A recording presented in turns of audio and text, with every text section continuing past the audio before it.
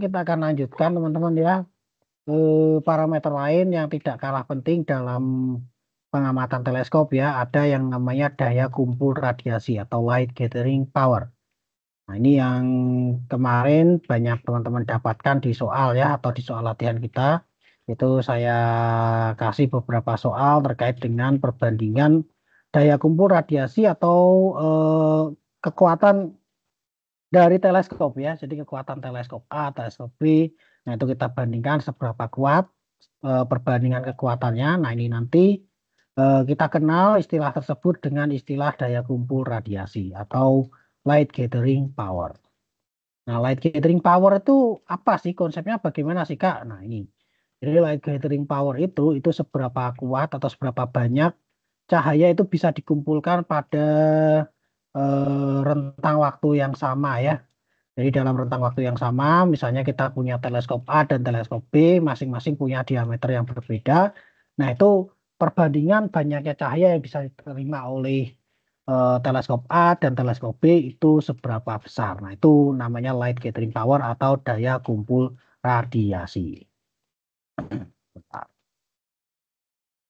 Nah, daya kumpul radiasi ini rumusnya sederhana, teman-teman ya. Jadi daya kumpul radiasi itu sebenarnya konsepnya sederhana. Jadi konsep daya kumpul radiasi ini adalah konsep perbandingan luas penampang dari kolektor cahayanya. Jadi misalnya teman-teman ya, saya punya dua teleskop, teleskop A dan teleskop B.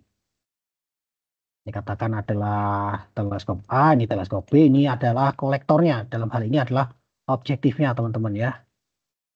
Nah, misalnya saya punya objektif teleskop A dan teleskop B, di mana masing-masing teleskop ini punya diameter yang berbeda, teman-teman ya. Teleskop A punya diameter sekian misalnya ya. Ini misalnya adalah DA. Nah, sementara teleskop B punya diameter besar DB. Nah, maka perbandingan daya kumpul radiasi ini lingkaran ini mewakili penampang dari kolektor cahayanya ya. Dalam hal ini bisa lensa, bisa cermin. Nah, yang dimana ini berupa objektif ya. Jadi ini objektif. Jadi objektifnya bisa berupa lensa, bisa berupa cermin. Nah, ini objektif itu sebenarnya adalah kolektor cahayanya. Nah, sebenarnya seberapa kuat daya kumpul radiasi antara dua teleskop ini kita ukur dengan apa yang kita sebut light gathering power. Light gathering power atau LGP, teman-teman ya. Nah, LGP ini ketika kita punya dua teleskop ya, ada teleskop A, teleskop B, maka perbandingan LGP teleskop A dengan LGP dari teleskop B ini adalah sama dengan perbandingan luas penampang dari kolektor cahayanya ini. Jadi luas penampang dari kolektor cahayanya. Nah, luas penampang kalau kita perhatikan teman-teman, ini kan kolektornya geometrinya berupa apa teman-teman? Bentuk geometrinya berupa geometri apakah berupa lingkaran ya, lingkaran ya. Jadi luas lingkaran itu bagaimana rumusnya teman-teman? Kalau kita ditanya perbandingan luas ini kan pi kali r a kuadrat ya. Nah, berarti ini perbandingan pi kali r b kuadrat. Jadi daya kumpul radiasi itu perbandingan luas dari dua kolektornya ini. Nah, misalnya ini pi-nya kan bisa kita hapus ya. Maka ini kita akan punya RA per RB. Yang mana R itu kan sama dengan setengah dari diameter teman-teman ya. D per 2. Maka ini nanti kita akan punya DA per 2 kita bagi 2 dipangkatkan 2 dibagi DB per 2 pangkat 2. Nah, ini kan pembaginya kan sama-sama 2 kuadrat ya. Berarti ini kan bisa kita coret-coret. Maka kita akan punya perbandingan DA kuadrat per DB kuadrat. Nah, ini teman-teman. Nah, misalnya nih, ini contoh ya. Saya punya teleskop A, dia mempunyai diameter katakan adalah 20 cm. Teleskop B punya diameter katakan adalah 12 cm.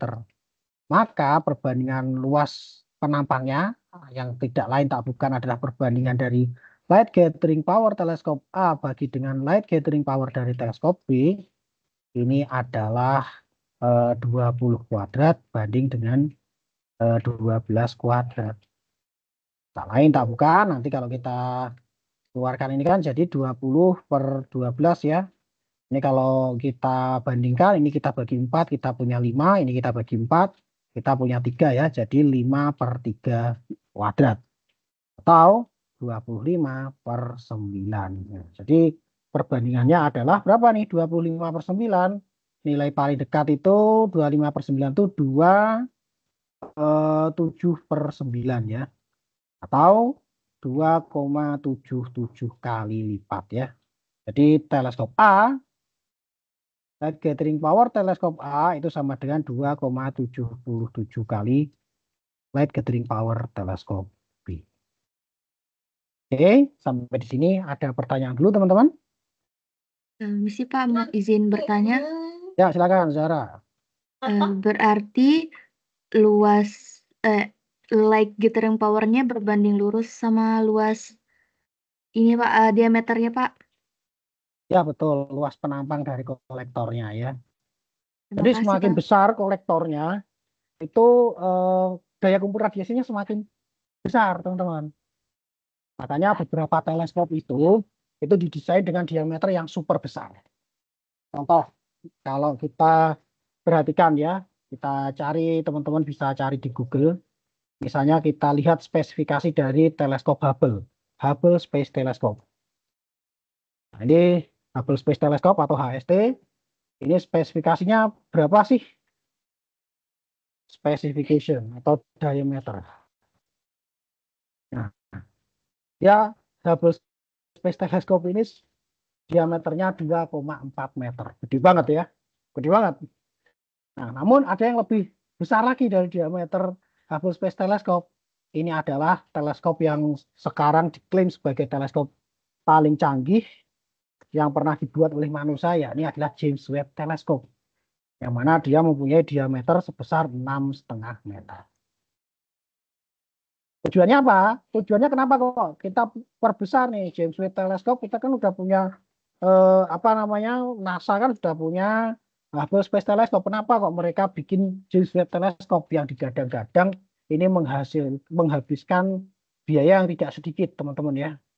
Jadi biaya pembuatan James Webb Telescope ini mencapai 10 miliar dolar. Nah, bayangin 10 miliar dolar, teman-teman. Kalau kita hitung dalam ini, teman-teman ya, ke dalam konversi ya, ke dalam kurs dolar saat ini 1 dolar 16.000 itu kurang lebih habis 160 triliun. Bayangin ya, 160 triliun dibuat untuk meluncurkan, menyusun dan meluncurkan teleskop ini, teman-teman. Bayangin ya, itu kalau nggak negaranya kelebihan duit ya nggak bisa, teman-teman ya. Kalau di Indonesia suruh bikin gini ya nanti habis kita bangkrut ya. Tapi tapi teleskop ini masih kalah canggih dengan teleskop buatan ini ya. Buatan Indonesia yang apa namanya bisa mencampur ron 90 jadi 92 ya. Jadi yang bahan bakar teleskopnya itu bisa mengubah angka oktannya dari 90 jadi 92. Yang itu menghabiskan biaya disinyalir mencapai 100 triliun. 120, 100 sekian triliun, 150 triliun per tahunnya. Selama 5 tahun, bayangin teman-teman ya. Kita buntung hampir 1.000 triliun tuh gara-gara kasus itu tuh. Gila tuh. Saya nggak habis pikir itu duit kemanain ya. Coba kalau duit itu dipakai buat ngembangin riset kayak gini teman-teman, gila nggak tuh? Kita bakal punya teleskop yang luar biasa canggih. Atau nggak usah muluk-muluk ke teleskop. Misalnya duit sebanyak itu dipakai buat membiayai operasional perguruan tinggi. Kita udah bisa kuliah gratis teman-teman. Kita bisa kuliah gratis tanpa perlu memikirkan UKT yang setinggi langit. Bayangin ya. Nah itu yang dilakukan oleh negara-negara maju teman-teman. Terutama negara-negara beberapa negara Uni Eropa, semisal di Jerman. Itu di Jerman itu kuliah gratis teman-teman ya. Kuliah gratis. Kuliah gratis. Kita cuman waktu itu saya bayar cuman 290 euro atau kalau dirupiahkan itu 5 juta rupiah per semester. Bayangin teman-teman. 5 juta per semester untuk kita dapat yang namanya semester tiket atau tiket 1 semester. Jadi itu kita bisa pakai bus, bisa pakai kereta kemanapun ke satu negara bagian. Atau kalau kita satu negara bagian atau Bundesland itu setara dengan provinsi, satu provinsi ya. Itu kalau di tempat kami kuliah di Aachen itu provinsinya atau Bundeslandnya namanya Nordrhein-Westfalia, NRW ya, itu Bundesland terbesar, terluas ketiga di Jerman. Nah itu luasnya hampir setara luas provinsi Jawa Tengah. Bayangin, ke seluruh wilayah itu nggak bayar lagi dengan membayar setiap semesternya hanya ya hanya 5 juta. Bayangin ya. Dan itu berlaku pada seluruh mahasiswa, nggak cuma mahasiswa Jerman, internasional kita juga dapat kesempatan itu karena di sana mereka menganggap bahwa pendidikan itu adalah hak asasi atau hak dasar setiap manusia. Itulah bedanya negara maju dengan negara yang kurang maju, teman-teman ya. Kalau di negara maju, pendidikan diyakini sebagai hak setiap orang. Kalau di negara kurang maju, contohnya di negara yang kita tercinta ini, dianggap pendidikan itu adalah kebutuhan tersier. Nah, itu yang ngomong bukan siapa-siapa, yang ngomong pejabat di Direktorat Kementerian Pendidikan Tinggi. Wah, itu ketika saya mendengar itu, gila ini orang Kementerian Pendidikan ngomong kayak gitu. Bayangin ya, gimana kuliah kita nggak mahal ya.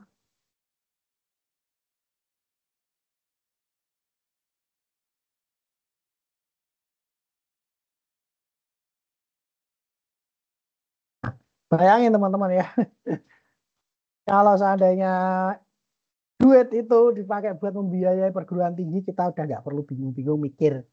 Dan nggak perlu bingung guru, teman-teman juga nggak perlu bingung ketika mungkin kalau orang tua teman-teman ada yang guru, perhatikan biasanya selesai ngajar itu sore atau malam masih kerja sambilan ya, nggak perlu lagi nyari kerja sambilan atau serabutan. Karena sudah pasti semua pendidik bakal bisa disejahterakan dan kita bisa kuliah gratis, sekolah gratis. Bayangin ya. Tapi itu hanya bisa dilakukan oleh negara yang sudah maju, teman-teman. Selama kita tidak berpikir ke sana, pejabat-pejabat tidak pikir ke sana, ya susah bagi kita untuk bergerak dari apa negara apa namanya negara berkembang menjadi negara maju. Nah, moga-moga di antara teman-teman nanti ada yang masuk jadi pemimpin-pemimpin pengambil kebijakan ya. Goalkan ini teman-teman ya, titip pesan dari saya, goalkan kita kuliah gratis minimal sampai S1. Kalau di Jerman itu sampai S3 itu gratis, nggak bayar sama sekali. Kecuali untuk semester 3 itu. Oke, bayangin ya, ini 10 billion US dollar ya, 160 triliun, gila nggak tuh? Untuk membangun teleskop ini yang diameternya mencapai 6 meter. Nah ini tujuannya apa? Kenapa kok dibangun dengan diameter sebesar 6 meter? Kemudian juga apa namanya ini cermin pengumpulnya, kolektor cahayanya ini dilapisi oleh emas. Nah ini tujuannya adalah untuk memperoleh citra atau gambar atau foto terbaik dalam pengamatan apa namanya ekstra solar, bukan ekstra planet saja, alam alam semesta teman-teman. Jadi selama ini objek terjauh di alam semesta itu terdeteksi pada jarak 13 miliar tahun cahaya. Sehingga umur alam semesta itu diperkirakan mencapai 13 miliar tahun. Namun keberadaan James Webb Telescope ini goal utamanya adalah untuk bisa melihat objek-objek yang lebih jauh dari 13 miliar tahun. Yang nanti tujuannya adalah untuk apa menyusun atau melengkapi atau mengembangkan teori konstruksi tentang alam semesta ya yang diyakini mungkin bisa lebih dari 13 miliar tahun umurnya. Bayangin ya, 13 miliar tahun kita manusia itu baru hadir, kalau teman-teman mungkin baru 17 tahun terakhir. Kita itu nggak ada apa-apanya dengan sejarah alam semesta. Jadi nggak perlu ada yang perlu dibangga-banggakan banget teman-teman ya. Jadi kalau kita belajar kebumian itu sebenarnya kita sedang belajar atau mempelajari dan memahami bahwa kita itu manusia itu tidak ada apa-apanya di alam semesta itu. Kita itu nggak hanya butiran pasir, mungkin butiran debu atau mungkin butiran ya debunya debu di alam semesta. Bayangin ya. Karena bayangin aja skala kita ya segini-gini aja. Alam apa istilahnya manusia kan dikatakan kalau teman-teman belajar geografi kan ada teori posibilisme. Jadi teori manusia bisa merekayasa alam. Tapi ingat, manusia bisa merekayasa alam, tapi juga manusia juga ada teori namanya determinisme bahwa alamlah yang menentukan kehidupan manusia. Nah, maka dari situ kita harus berimbang antara dua pandangan itu, jangan terlalu posibilis supaya nanti alam tidak meminta haknya dan menjadikan kita sebagai menerapkan teori determinisme di mana alam mengambil alih atau mengontrol seluruh kehidupan manusia. Dengan cara apa? Bencana, katastrofe. Ketika terjadi bencana, udah sebanyak apapun duit kita, sebanyak apapun harta kita, udah ludes gitu aja teman-teman ya. Seperti contoh yang kemarin, teman-teman mungkin masih ingat 5 tahun yang lalu, pandemi global, orang-orang udah duit udah nggak ada harganya. Bayangin ya, kita yang penting selamat, yang penting selamat, yang penting selamat. Jadi itu teman-teman ya, bayangin aja. Orang dulu berbondong-bondong, pengen, saya pengen begini, pengen begitu, pengen begitu. Terus kemudian menyusun mimpi A, B, C. Begitu terjadi pandemi, semua orang sudah wes persetan dengan mimpi. Yang penting kita bisa hidup, kita bisa survive, melewati badai yang begitu berat ya, badai COVID kemarin ya. Gila nggak tuh? Dan COVID mengajarkan kepada kita bahwa kita itu sejatinya nggak ada apa-apanya dengan alam ini. Ketika alam berkehendak, ketika eh, bumi meminta haknya, nah disitulah manusia tidak bisa berbuat apa-apa. Dan terjadi ya betul. Begitu terjadi COVID, semua orang isolasi, tiba-tiba Jakarta yang sebelumnya macet, nggak ketulungan jadi sepi. Yang polusinya di mana-mana, Jakarta jadi bersih udaranya. Terus apa lagi? Di beberapa kota-kota besar semuanya seperti itu, teman-teman. Karena itu alam sedang meminta hak ya. Kita kembali ke sini ya. Ini kalau diterusin jadi kuliah psikolog apa filsafat ilmu pengetahuan nanti ya. Jadi filsafat ilmu pengetahuan itu materi yang akan teman-teman pelajari, terutama bagi teman-teman yang kuliah nanti misalnya di jurusan saintek dan juga teknik ya. Di Soshum kayaknya juga ada sih filsafat ilmu pengetahuan di yang bakal teman-teman dapat di semester 1 semester 2. Itu wajib diambil oleh seluruh mahasiswa sarjana teman-teman ya. Nah, beda dengan teman-teman yang nanti misalnya kuliah di diploma itu nggak wajib ambil apa namanya mata kuliah filsafat. Tapi kalau teman-teman yang kuliah sarjana itu pasti dapat mata kuliah filsafat. Jadi kenapa sih penting filsafat itu? Itu pentingnya adalah untuk kita membentuk kerangka berpikir kita, teman-teman ya. Jadi di dalam filsafat ilmu pengetahuan itu nanti akan dijelaskan apa itu arti dari pengetahuan, apa itu arti dari ilmu. Kemudian bagaimana ilmu berkembang, sejarah perkembangan ilmu pengetahuan. Terus kemudian bagaimana membedakan antara pengetahuan atau sains dengan sesuatu yang bersifat mistikal atau mistis. Atau yang mungkin kita sebut sebagai pseudoscience yang kemarin kita kaji di minggu lalu ya, di waktu kita mempelajari awal terkait dengan astronomi. Nah itu yang teman-teman akan dapat itu 3 SKS kuliahnya. Dan ya lumayan ujiannya bikin pusing ya. Ujiannya bikin pusing. Baik, kita kembali lagi teman-teman ya ke topik ini. Jadi benar sekali yang ditanyakan Desara ya. Jadi light gathering power itu sebenarnya kaitannya dengan luas penampangnya. Jadi semakin luas penampangnya, maka daya kumpul radiasinya akan semakin besar. Nah, maka nanti di sini kita akan punya persamaan ini teman-teman ya. Misalnya teman-teman ditanya ya. Misalnya ini kita sudah punya teleskop A dan teleskop B sekian ya. Misalnya nih muncul pertanyaan yang kedua. Teleskop A apa namanya mengamati bintang atau langit ya selama misalkan 1 jam.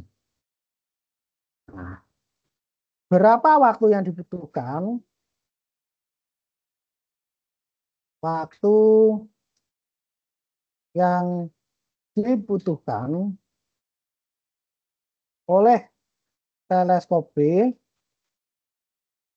untuk mengumpulkan radiasi dengan jumlah yang sama. Mengumpulkan cahaya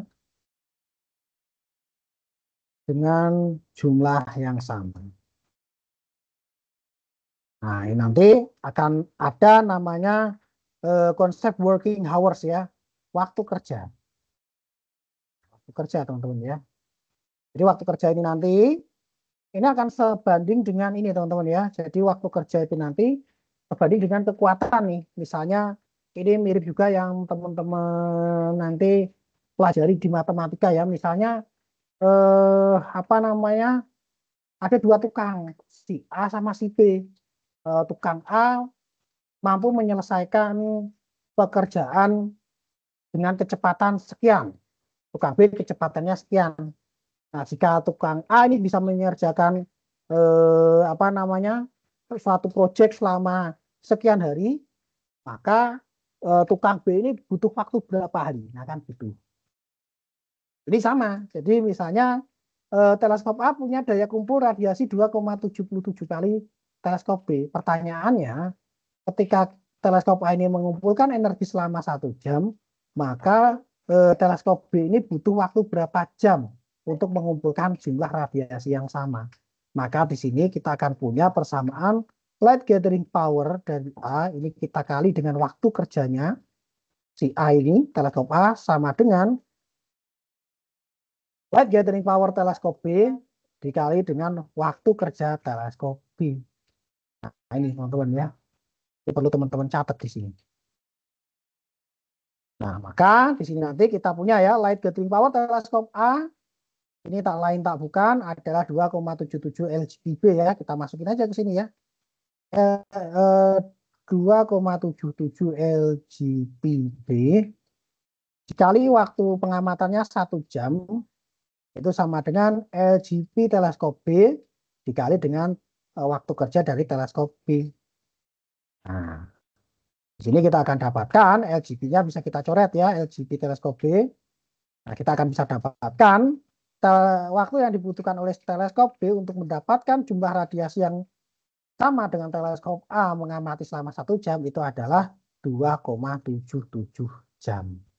Nah, ini teman-teman ya.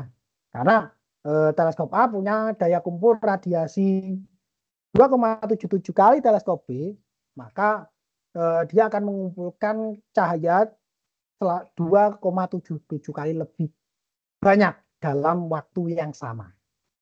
Jadi dalam waktu yang sama.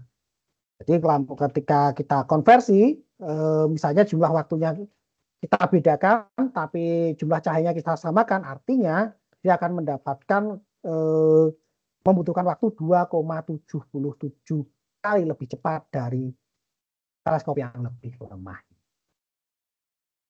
Nah, contohnya di sini teman-teman ya. Ini saya kumpulkan.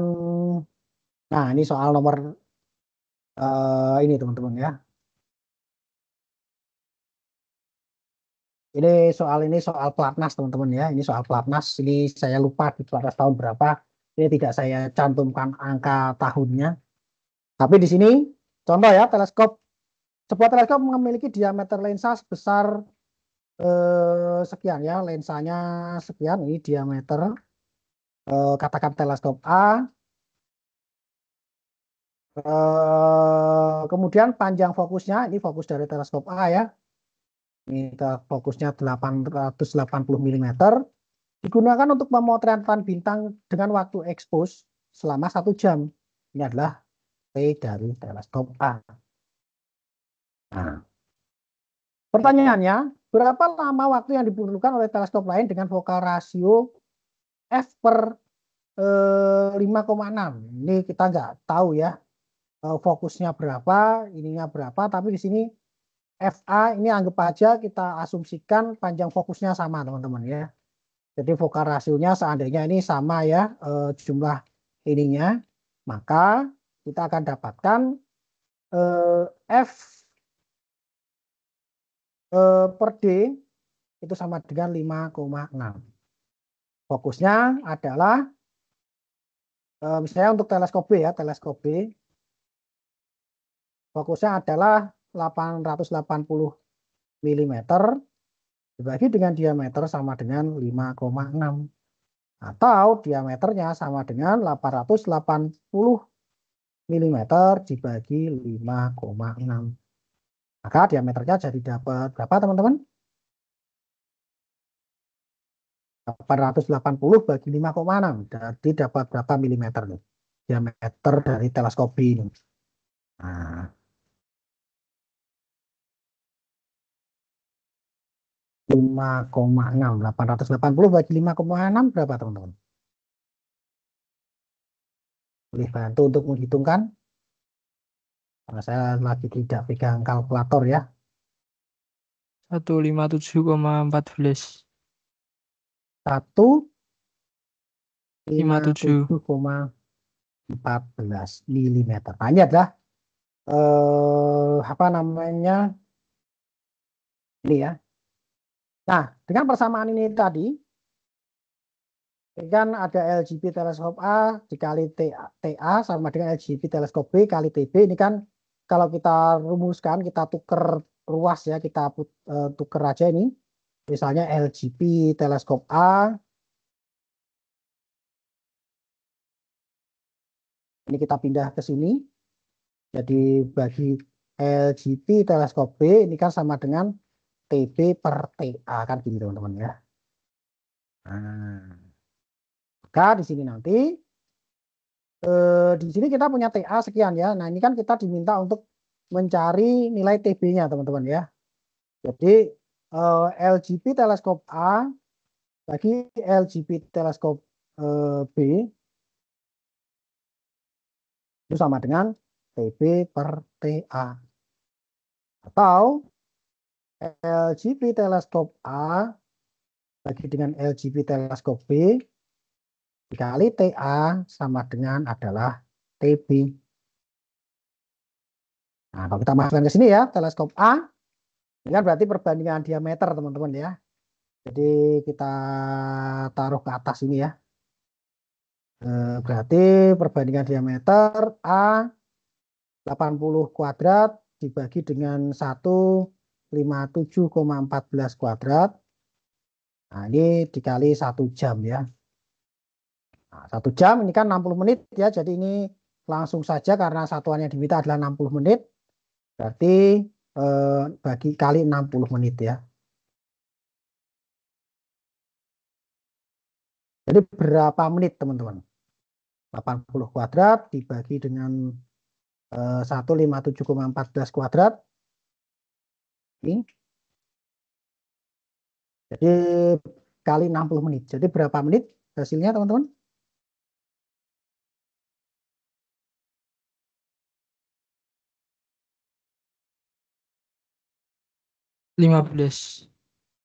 Paling dekat 15 menit ya. Tepatnya berapa? Kan nggak tepat 15 kan? 15,55. 15,55 menit. Jadi jawabannya adalah yang ini soal levelnya berlapis ya. Nah, saya cari satu soal lagi teman-teman ya yang juga teman-teman ini ya.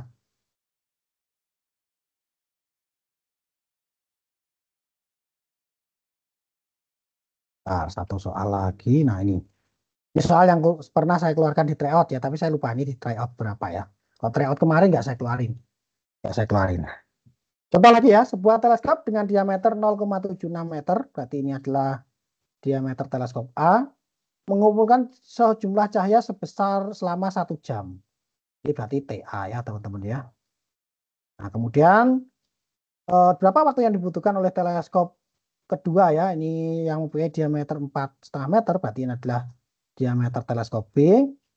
Nah, ini ditanya adalah waktunya. Waktunya ini kan ditanya nih, TB berapa lama? K, ingat teman-teman. Berarti kalau kita langsung aja ngitung ya, berarti TB per TA sama dengan TA kuadrat per DB kuadrat kan gini ya. Nah, ini dapatnya DA kan berarti LGB teleskop A ya, bagi dengan LGB teleskop. Nah, maka TB sama dengan DA kuadrat per DB kuadrat dikali dengan TA. Nah, karena TA-nya ini 1 jam ya, sementara ini di opsi pertanyaannya dalam menit ya yang diminta. Berarti ini ubah ke menit ya, berarti 60 menit ya. Maka di sini kita tinggal masukkan nih. DA-nya adalah 0,76, ini kita kuadratkan, dibagi dengan DB-nya adalah 4,5 kuadrat, dikali dengan TA-nya 60 menit. Jadi dapat berapa menit teman-teman? Nah silakan dihitung ya.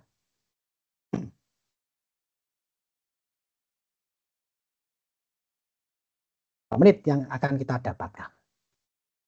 Dengan teleskop yang diameternya 4,5 meter ya, dibandingkan dengan teleskop yang diameternya hanya 0,76 meter.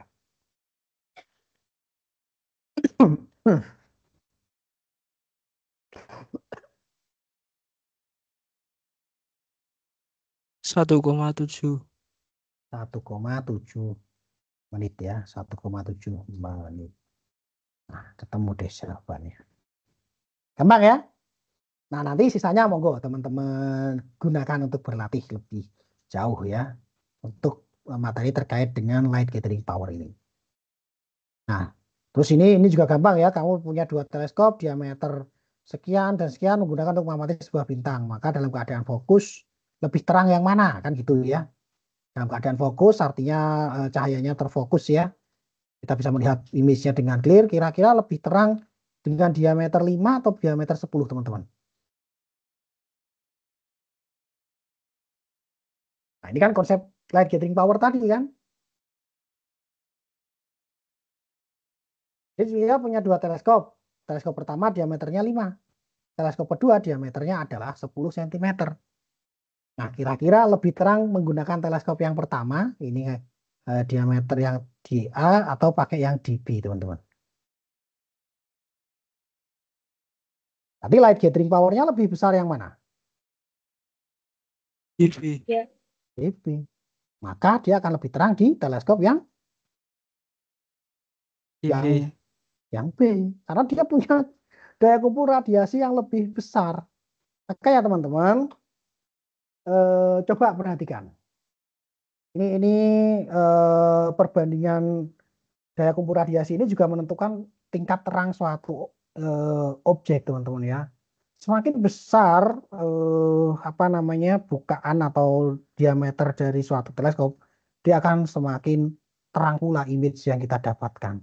Nah ini mirip seperti cara kerja mata kita teman-teman ya. Nah ini saya jelaskan sedikit bagaimana cara mata kita ini bekerja. Oke, ini saya stop dulu saya screen-nya ya. Teman-teman pernah nggak misalnya ya, dalam keadaan misalnya malam sebelum tidur teman-teman matiin lampu. Tek. Ketika mati lampu itu kamar teman-teman, apakah teman-teman bisa melihat objek-objek di dalam kamar sesaat setelah mati lampu? Jadi lampunya mati, teman-teman akan melihat kamar itu kayak gimana tuh? Apakah teman-teman bisa melihat objek atau kelihatan gelap sama sekali teman-teman?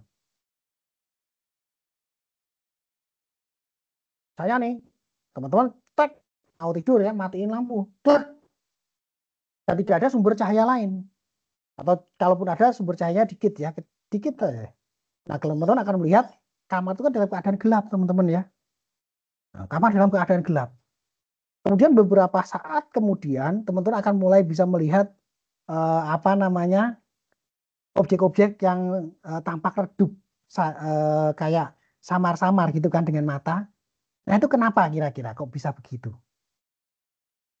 Sebaliknya, ketika teman-teman baru bangun tidur, teman-teman bisa melihat objek-objek ini ya, begitu teman-teman matikan lampu, teman-teman seperti nggak bisa melihat apa-apa karena warnanya kayak jadi putih semua. Jadi yang artinya kita mengalami silau. Kenapa? Karena pupil kita ini dia akan melebar dan menyempit mengikuti banyak sedikitnya cahaya yang kita terima. Ketika cahaya itu sedikit dalam kondisi gelap ya, pupil itu akan melebar. Sebaliknya ketika cahaya itu banyak, pupil itu akan menyempit. Nah, yang terjadi apa? Ketika kita matiin lampu, sebelumnya lampunya nyala ya, itu kan pupil mata kita sempit teman-teman ya, untuk mengakomodir supaya cahaya itu tidak terlalu banyak masuk ke dalam retina mata kita. Nah, begitu lampu kita matikan, ini kan pupilnya masih sempit ya, kecil ya, makanya kita melihat ruangan itu gelap sama sekali. Namun beberapa saat kemudian kita mulai bisa melihat objek-objek itu tampak lebih terang atau tampak mulai samar-samar. Kenapa? Karena pupil mata kita itu melebar. Nah, pupil mata kita melebar untuk apa namanya? Untuk mengakomodasi kekurangan cahaya itu. Jadi dalam kondisi redup, pupil mata kita melebar supaya kita bisa melihat objek-objek yang sebelumnya redup yang tidak bisa dilihat ketika pupil mata kita sempit. Nah, sebaliknya ketika kita baru bangun tidur, kita bisa melihat pupil kita sedang lebar ya, karena ketika tidur kan kita nggak melihat cahaya teman-teman ya. Kondisi kita sedang terlelap, kemudian bangun tidur, kondisi masih kamar gelap, begitu teman-teman nyalain lampu, pupil mata kita kan sebelumnya lebar, tiba-tiba terkena sinar dalam jumlah banyak, makanya kita mengalami silau. Karena overexposure biasanya kan gitu teman-teman ya. Nah, terutama kalau teman-teman, apalagi kalau teman-teman misalnya buka gorden, misalnya tidur bangunnya jam 7 pagi, jam 8 pagi, enak-enak tidur, terus mak masuk kamar, tok tok tok tok, tok, durung subuhan, belum subuhan, ayo buka pintu, wow, langsung silau dan kepala pusing teman-teman ya, karena kondisinya mata kita itu yang sebelumnya dalam kondisi pupilnya lebar terkena sinar matahari dalam jumlah banyak, dia akan berusaha untuk supaya pupil itu mata tidak terlalu mengalami overexposure, maka pupil itu akan menyempit ya. Nah, sebelum menyempit kan butuh waktu ya, makanya kita sering tutupin mata kayak gini. Nah, artinya apa? Semakin lebar kolektor cahaya dalam hal ini adalah pupil kita ini, maka semakin banyak cahaya yang bisa kita lihat, akan tampak semakin terang. Baliknya ketika kondisinya pupil mata kita ini menyempit, akan semakin sedikit cahaya bisa masuk ke dalam retina mata kita ini.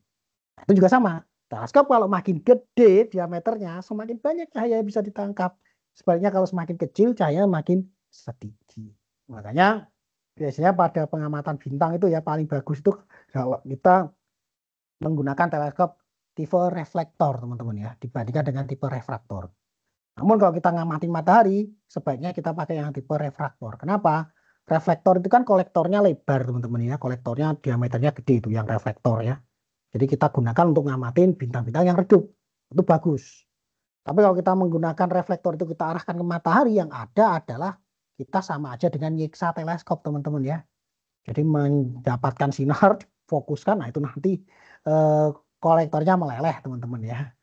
Meleleh dan juga eyepiece-nya juga ikut meleleh. Nah, karena terlalu banyak sinar yang diterima. Seperti itu. Baik, nanti teman-teman silakan dilanjutkan ya. Nah, sekarang kita akan lanjut ke parameter lain yang perlu teman-teman notes. Ini ada yang namanya magnitudo limit teman-teman ya. Limiting magnitude ini adalah batas teredup objek astronomi bisa kita amati dengan teleskop. Nah, ini rumusnya adalah M, magnitudo limitnya adalah 6 ditambah 5 log D per 10. Ini D-nya dalam milimeter ya. Kalau di diameternya dalam sentimeter nggak usah dibagi 10 lagi teman-teman ya. Jadi misalnya kita punya teleskop tadi yang 20 cm ya. Misalnya kita punya teleskop 20 cm tadi, maka limiting magnitudenya adalah M sama dengan 6 plus 5 log 200 per 10 ya. Nah, jadi di sini 6 plus 5 kali log D per 10. Berarti hasilnya adalah 6 plus 5 log 20 ya teman-teman ya.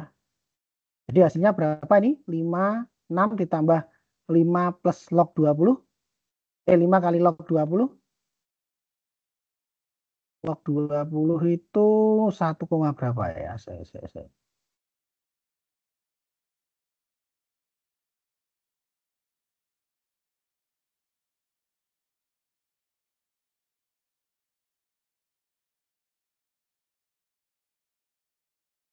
6 plus 5 log 20 ya. Nah, sama dengan adalah 12,5. Jadi 12,5. Jadi kalau kita tanpa teleskop, mata kita kan hanya mampu melihat objek paling redup itu magnitudonya adalah 6. Nah, dengan menggunakan teleskop dengan diameter 20 cm atau 200 mm, kita akan punya batas terbaru limiting magnitude ada 12,5. Jadi objek-objek yang magnitudonya lebih kecil dari 12,5 misalnya 9 atau 10 kita bisa lihat dengan teleskop itu. Jadi uniknya teman-teman nanti kalau misalnya teman-teman masuk nasional ya, teman-teman ngamati pakai teleskop, mungkin teman-teman pengen menembak atau mengincar atau membidik satu bintang teman-teman ya, atau bintang atau objek langit tertentu. Nah terus dengan mata kita itu terlihat cuma ada satu titik, tapi di teleskop itu teman-teman akan melihat banyak sekali titik-titik cahaya yang lain. Kenapa? Kita bisa melihat objek-objek yang sebelumnya redup yang nggak bisa kita lihat dengan mata, itu bisa terlihat dengan teleskop. Nah, semakin besar penampang teleskopnya atau diameternya makin besar, itu akan semakin banyak yang bisa kita lihat, teman-teman ya. Iya, Permisi, maaf Pak. saya belum. Ya, gimana, Zara? Tidak jadi, Pak. Tadi layarnya belum ditampilkan. Ya, mohon maaf ya, ini saya lupa untuk menampilkan. Jadi ini ya, limiting magnitude ini adalah 6 plus 5 log D ini ya. Ini 6 plus 5 log D per 10 ya. D-nya dalam milimeter bagi 10. Jadi kalau kita punya diameter yang tadi ya, teleskopnya diameternya 20 cm, berarti 6 plus 5 log 200 per 10 ya. Karena ini 20 cm kan sama dengan 200 mm. Nah, kita akan dapatkan magnitudo limitnya adalah 12 di situ. Nah, lanjut ya. Kemudian nanti kita juga punya field of view. Field of view itu medan pandang teleskop. Ya, ini bentangan langit yang dapat dilihat melalui teleskop. Ini kita dapatkan dari apparent field of view, medan pandang semu dibagi dengan perbesaran dari teleskop ya. Jadi ada namanya field of view ya. Jadi field of view ini apa sih? Field of view itu kalau kita punya teleskop ini ya, misalnya kita lihat pada eyepiece-nya, ini kan kita akan melihat ada bentangan bulat ini ya. Ada bulat, jadi di dalam eyepiece itu teman-teman lihat ada bulatan ya, terus kemudian di situ ada objek yang kita amati ini. Nah, bentangan objeknya ini seberapa besar, berapa derajat, ini adalah yang kita sebut sebagai field of view, teman ya. Jadi dari ujung ke ujung ini mewakili lebar berapa derajat tuh di situ. Maka kita akan punya yang kita sebut sebagai apparent field of view dibagi dengan magnifikasi atau perbesaran teleskop. Misalnya nih, saya punya perbesaran teleskop, misalnya fokus teleskop adalah 120 cm. Kemudian kita menggunakan eyepiece sebesar 15 mm f okuler ya. Berarti magnifikasinya berapa ini teman-teman perbesarannya? 120 karena cm berarti 1200 ya. Bagi dengan 15. Perbesarannya adalah berapa ini? 80, Pak. 80 kali ya. 80 kali perbesaran ya. Jadi ini nanti apparent field of view bagi dengan 80. Nah, apparent field of view itu apa? Apparent field of view itu medan pandang dari mata kita, teman-teman ya. Jadi mata kita itu punya medan pandang kurang lebih sekitar 50 sampai 55 derajat ya. Di sini 45 sampai 55 derajat. Nah, ini biasanya datanya akan diberikan teman-teman ya. Apparent field of view-nya berapa? Kalau tidak ada data yang diberikan, anggap aja sekitar 50 derajat ya. Jadi 50 derajat dibagi dengan 80. Sama dengan berapa nih? 50 bagi 8, jadi 50 bagi 80 berarti 5 per 8 ya. 5 per 8 itu sama dengan berapa teman-teman? 5 per 8 itu sama dengan setengah lebih 0,62 derajat ya. Nah, jadi lebar medan pandangnya ini dari ujung ke ujung ini mewakili lebar sebesar 0,6 32 derajat. Ya. Makanya di dalam pengamatan teleskopik itu teman-teman ya, biasanya kalau kita mau ngamatin, misalnya kita diberi 3 eyepiece ya, ada eyepiece atau okuler, ada 5 mm, ada 15 mm sama 25 mm. Nah, maka kita amati dulu dari magnifikasi yang paling kecil. Jadi kita pakai 25 mm dulu. Tujuannya apa? Supaya kita punya medan pandang yang lebih luas. Jadi kita gunakan untuk membidik misalnya objek satu planet ya. Kita jangan langsung menggunakan yang eyepiece-nya paling kecil teman-teman ya. Kenapa? Itu magnifikasinya paling besar, medan pandangnya paling sempit. Jadi kita menggunakan medan pandang sempit itu akan lebih sulit untuk menemukan objeknya.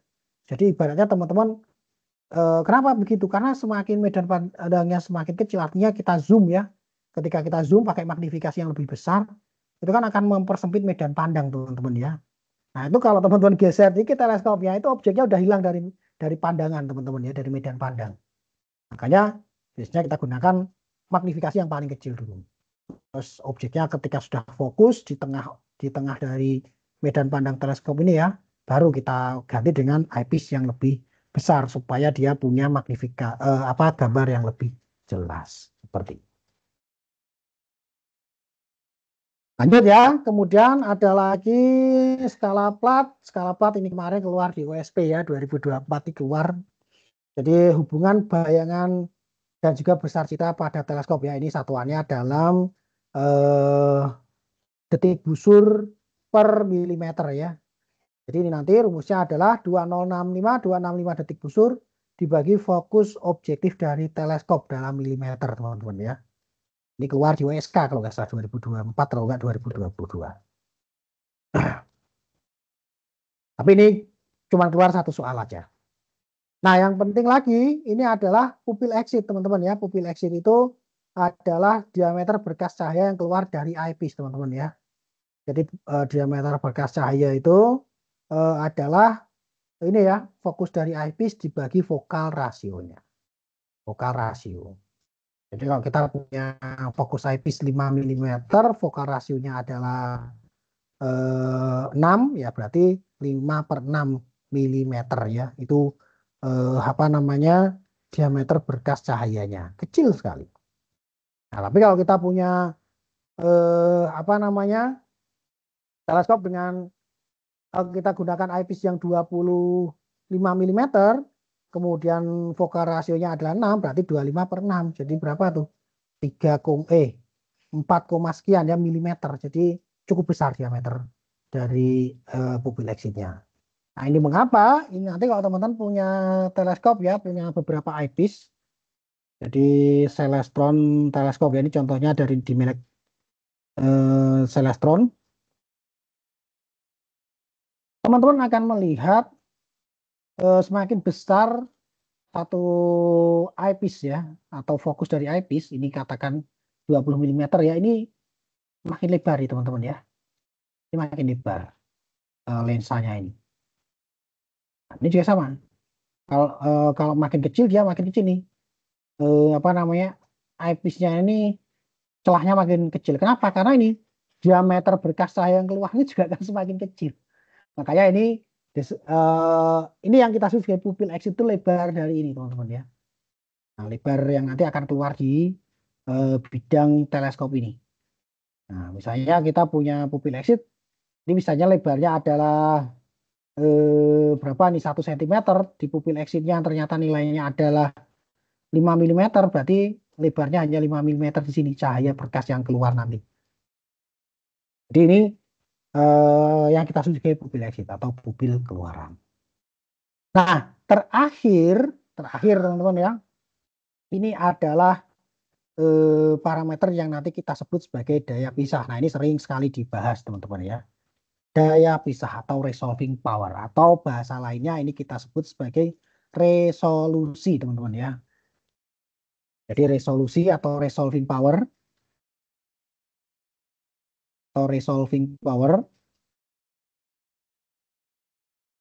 ini adalah kemampuan teleskop untuk memisahkan dua objek yang berdekatan ya. Jadi misalnya gini, saya punya dua sumber cahaya, misalnya bintang A dan bintang B. Ada bintang A dan bintang B. Ini saling berdekatan. Nah, ketika kita ukur, sudut separasinya ini sangat kecil, teman-teman ya. Misalnya sangat kecil. Misalnya sudut separasinya adalah 0,5 detik busur, teman-teman ya. Ini sangat kecil sekali.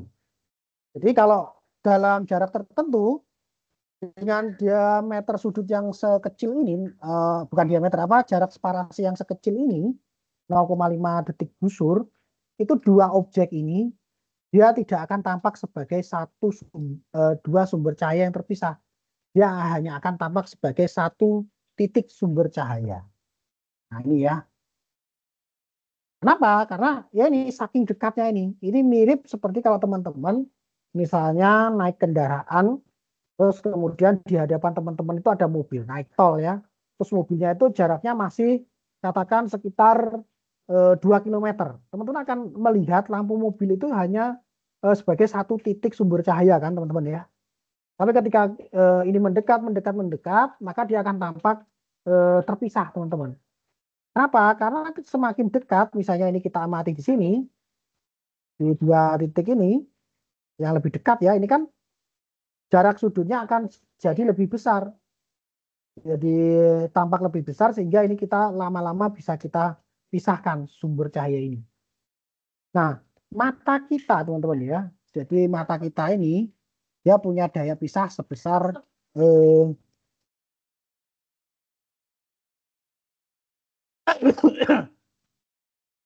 nah, mata kita itu bisa memisahkan detail sampai 1 menit busur, teman-teman ya. 1 menit busur. Jadi objek-objek yang jaraknya dua titik yang jaraknya lebih besar dari 1 detik busur itu bisa tampak sebagai dua titik yang dua sumber cahaya yang terpisah. Tapi kalau lebih kecil dari 1 detik busur itu tidak bisa kita pisahkan, teman-teman. Dia hanya akan tampak sebagai apa namanya? Sebagai dua titik, teman-teman ya. Nah, misalkan nih, saya punya dua teleskop, teman-teman ya. Ada teleskop A dan teleskop B. Jadi teleskop A ini punya resolusi dari teleskop A, katakan adalah 1 detik busur. Nah, teleskop B punya resolusi atau resolving power sebesar 0,1 detik busur. Kira-kira untuk mengamati dua objek ini, misalnya objek X dan Y, menjadi dua sumber cahaya terpisah, kita menggunakan teleskop yang A atau teleskop B, teman-teman. Teleskop B. Mengapa? Karena Mengapa teleskop B? lebih kecil nilainya dari sudut yang tercipta dari dua benda. Dari 0,5 itu, Pak. Nah, karena resolusinya lebih detail, teman-teman ya. Jadi resolusi ini sebenarnya adalah tingkat ketelitian, teman-teman ya, atau presisi. Jadi ibarat teman-teman misalnya ya, ini saya sering mencontohkan teman-teman mengukur ada sebilah objek ya, atau kertas misalnya ya. Kertas dengan ketebalan sebesar 0,2 mm. Nah, kita diberi satu penggaris mistar dengan tingkat ketelitian penggaris dengan tingkat ketelitian 1 mm. Dan yang kedua kita punya mikrometer skrup dengan ketelitian 0,1 mm. Kira-kira kita mengukur kertas ini pakai penggaris atau mikrometer? Atau pakai mikrometer. Kenapa? Tingkat ketelitiannya lebih tinggi. Kita kalau pakai penggaris nggak bakal bisa. Kenapa? Karena tingkat ketelitian penggaris cuma 1 mm. Sementara objek yang kita amati ini apa namanya lebih tipis dari itu. Nah ini juga sama. Kalau kita menggunakan teleskop A, dia tingkat ketelitiannya sampai 1 detik busur.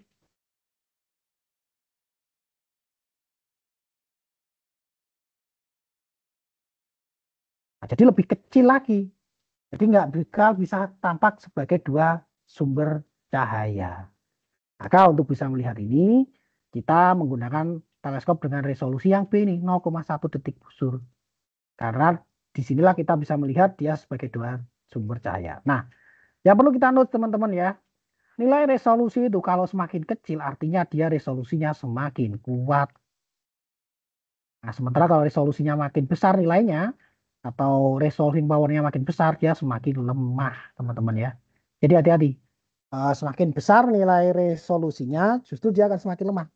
Nah, semakin kecil nilai resolusinya, berarti dia semakin kuat resolusinya ya. Semakin bagus resolusinya. Nah, ini ibarat teman-teman punya kamera ya. Nah, ini kamera, teman-teman punya kamera. Misalnya teman-teman punya kamera dengan tingkat resolusi satunya 2 megapiksel dengan satunya adalah 12 megapiksel. Kira-kira lebih bagus mana gambar yang dihasilkan? Jelas yang 12 megapiksel ya. Artinya apa sih? Ada kamera yang satu resolusinya 2 megapiksel, satu resolusinya adalah 12 megapiksel. Nah, ini maksudnya gini. Misalnya teman-teman mengambil gambar ya, foto. Nah, foto itu kan sebenarnya tersusun atas titik-titik teman-teman ya, titik-titik yang nanti kita sebut sebagai piksel. Sebagai piksel teman-teman ya. Nah, titik-titik sebagai piksel. Nah, piksel itu masing-masing mempunyai warna. Jadi ini konsep sedikit tentang piksel ya. Ini nanti juga akan teman-teman pakai di level yang lebih tinggi. Tapi di tingkat kota saya belum yakin apa keluar ya. Tapi ini konsep piksel. Nah, piksel itu misalnya kita punya gambar ya. Nah, kita punya gambar. Nah, piksel itu sebenarnya adalah kotak-kotak ini teman-teman ya. Kotak-kotak yang dikasih warna. Nah, kalau semakin banyak pikselnya, dalam satu kotak itu makin banyak pikselnya, ini gambarnya akan semakin jelas, semakin detail. Beda dengan pikselnya kalau jumlahnya sedikit. Nah, yang dimaksud gambar 2 megapiksel adalah sama ini 12 megapiksel ya. Artinya di dalam satu gambar ini ada 2 juta piksel atau 2 juta titik-titik ya yang menyusun gambar ini. Berbeda dengan gambar yang dia menggunakan kamera 12 megapiksel, maka di sini dia akan menghasilkan satu kotak ini jumlahnya ada 12 juta titik. Nah, artinya apa? Dia kalau 12 juta titik, ini 2 juta titik. Nah, di sini nanti kalau kita ukur ini jumlah kotaknya ini ukurannya sama, kalau kita ukur maka satu kotaknya ini tentu ukurannya akan jauh lebih kecil di megapiksel yang lebih besar ini. Nah, karena dia tersusun atas titik-titik yang lebih kecil ini, artinya dia punya resolusi lebih tinggi. Resolusi lebih tinggi, tapi ukuran individu dari pikselnya, jadi ukuran pikselnya masing-masing piksel itu akan lebih kecil. Nah, supaya dia bisa menghasilkan titik-titik yang lebih banyak ini. Nah, kalau semakin tinggi nilai megapikselnya ya, maka dia gambarnya akan semakin jelas. Ini juga sama.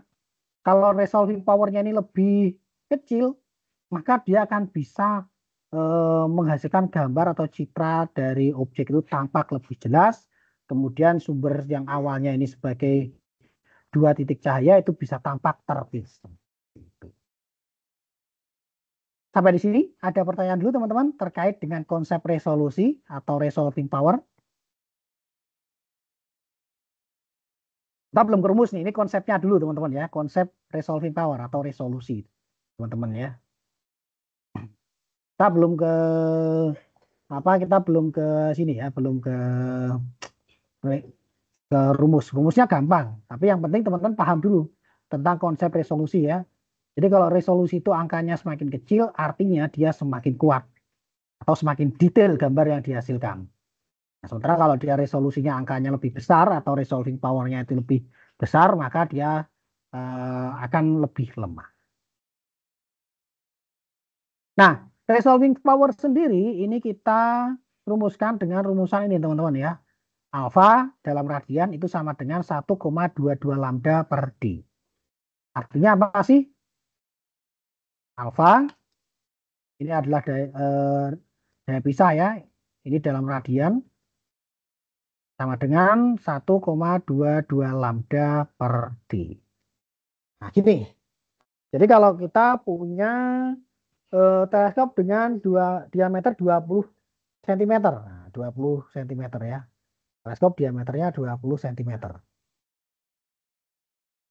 Nah, di sini kita amati pada panjang gelombang misalnya 5.500 angstrom. Mata kita ini kan efektif paling sensitif pada panjang gelombang 5.500 angstrom, teman-teman ya.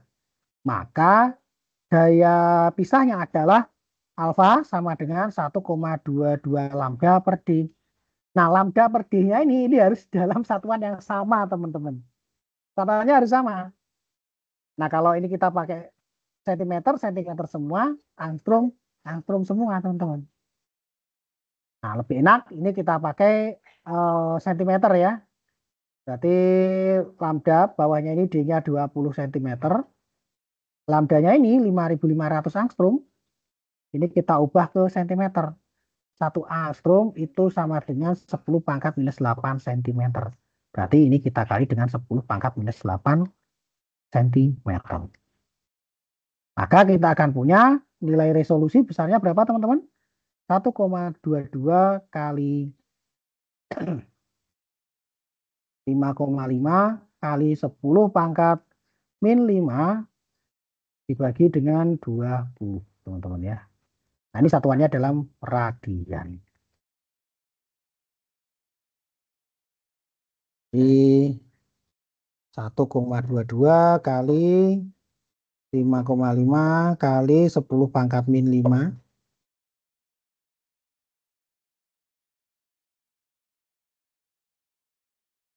bagi dengan 20. Nah, ini ya.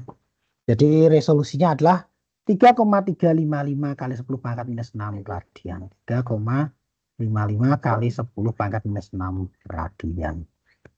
Atau ini ya. 3,355 ya.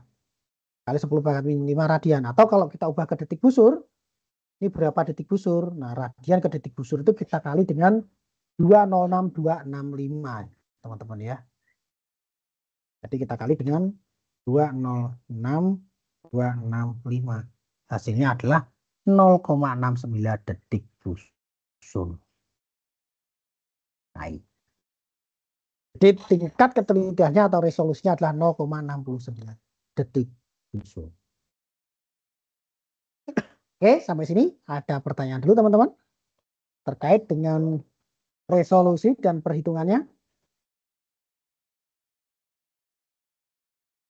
Nah, kalau kita menggunakan pengamatan dengan panjang gelombang lain, misalnya kita gunakan filtering ya, kamera, atau kita menggunakan pengamatan dengan panjang gelombang 4.500 angstrom, maka itu lambdanya tinggal kita ganti dengan 4.500. Kalau kita gunakan teleskop radio itu panjang gelombangnya sekitar 1 meter misalnya ya, pada band 1 meter, berarti ya tinggal dikali berapa sentimeter ya, 100/20. Wah, itu kan resolusinya akan jauh lebih rendah ya. Nah, jadi semakin kita amati pada panjang gelombangnya lebih pendek, itu resolusinya akan semakin tinggi. Baliknya kalau kita amati pada panjang gelombangnya lebih besar, itu resolusinya akan semakin rendah. Karena nilai alfanya nanti akan semakin besar.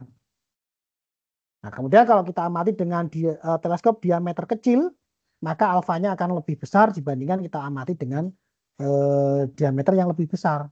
Misalnya kita gunakan ini 20 cm ya, kita punya teleskop kedua.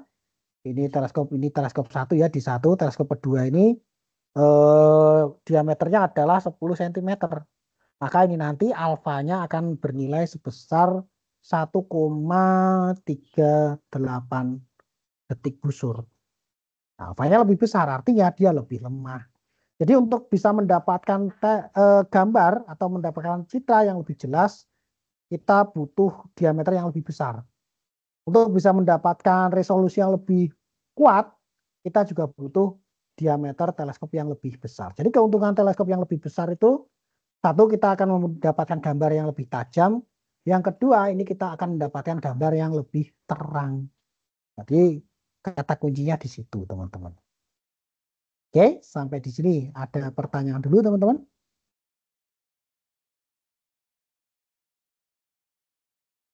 Nah, untuk ini terakhir, teman-teman ya. Kalau lambda ini dianggap 5.500 angstrom, ini bisa kita dekati dengan persamaan alfa sama dengan 140 per D. Alfanya ini dalam detik busur, 140 bagi D-nya dalam milimeter. Jadi alfanya adalah, ini sudah dibuat ya, alfa sama dengan 140 per D ya. Ini alfanya dalam detik busur, D-nya ini dalam milimeter. Misalnya kita punya alfa 140 bagi diameternya tadi 20 mm ya. 20 mm.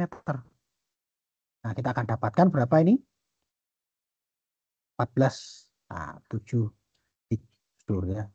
Ini 20 cm ya, sorry 20 cm. Berarti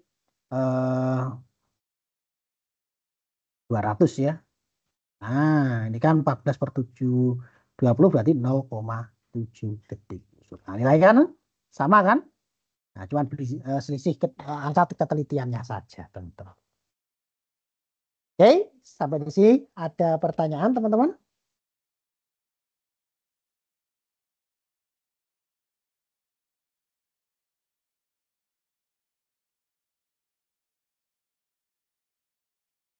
Contohnya ini, teman-teman ya.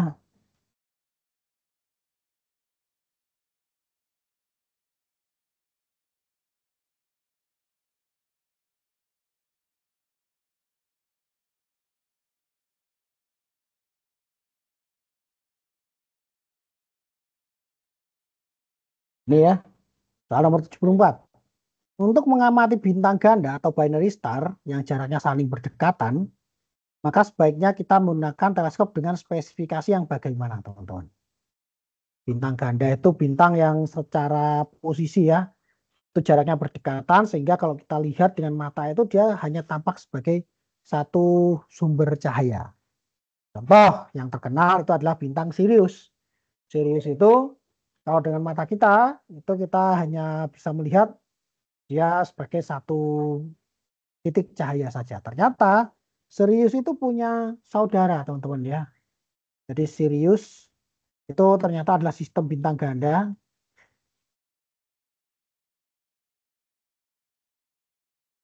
yang nanti kita sebut sebagai Sirius A dan Sirius B ya. Jadi binary star itu adalah apa namanya, bintang yang mengorbit satu dengan yang lain mengelilingi satu pusat massa ya. Nah, jadi dia mengorbit satu dengan yang lain seperti ini, teman-teman ya. Mengitari satu dengan yang lain. Nah, di sini nanti dia karena jaraknya saling berdekatan di bumi itu hanya tampak sebagai satu sumber cahaya. Namun kalau kita gunakan teleskop dengan resolusi tinggi, kita akan bisa melihat Sirius ini sebagai dua titik ya. Nah, ini Sirius A yang lebih terang dan Sirius B yang lebih redup, teman-teman ya. Ini ya. Nah, untuk bisa mengamati bintang ini sebagai dua titik cahaya, teman-teman ya, yang dengan jelas ya kita butuh teleskop dengan resolusi yang sangat kuat. Makanya kita gunakan teleskop dengan apa, teman-teman? Supaya kita punya resolusi yang semakin kuat.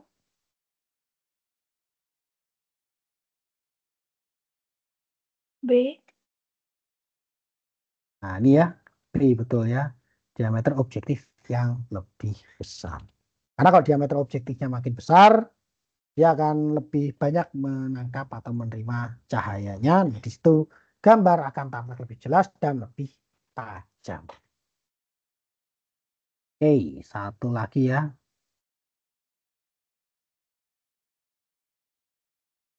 Nah, ini ya.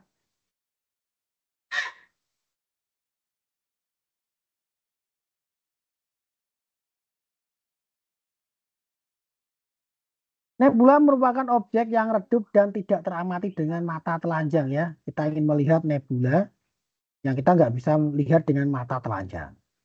Nah, untuk mengamatinya dapat digunakan instrumen yang paling tepat yang bagaimana teman-teman? A. Teleskop dengan diameter besar dan fokal rasio besar. B. Binokuler. Yang C. Teleskop berdiameter kecil, fokal rasio besar. Kemudian diameter besar, fokal rasio kecil. Atau teleskop dengan diameter kecil, fokal rasionya kecil. Kira-kira yang mana teman-teman? Untuk kita bisa mendapatkan gambar yang lebih bagus. Atau kita bisa mendapatkan image atau citra dari nebula ini lebih jelas. Yang jelas kita tidak mungkin menggunakan teleskop dengan diameter kecil kan teman-teman ya. Apalagi binokuler. Binokuler tuh teropong itu ya. Ini kan kecil banget ya. Jadi kita nggak mungkin menggunakan teleskop dengan diameter kecil. Kenapa? Karena kalau diameternya kecil, dia akan mempunyai daya kumpul radiasi yang relatif kecil. Sehingga kita akan lebih sulit untuk melihat objek-objek yang redup tadi. Nah, maka kita butuh teleskop yang diameternya besar, teman-teman ya.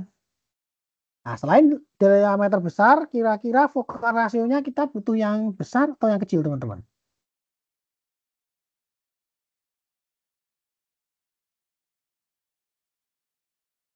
Diameter besar, fokal rasio besar, atau fokal rasio kecil?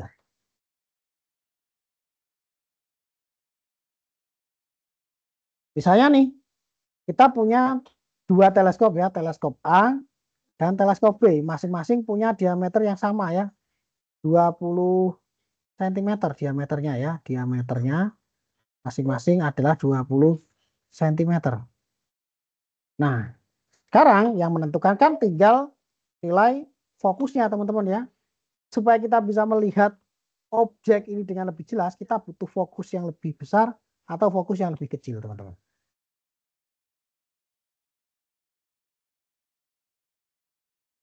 Tentunya kita butuh fokus yang lebih besar. Kenapa?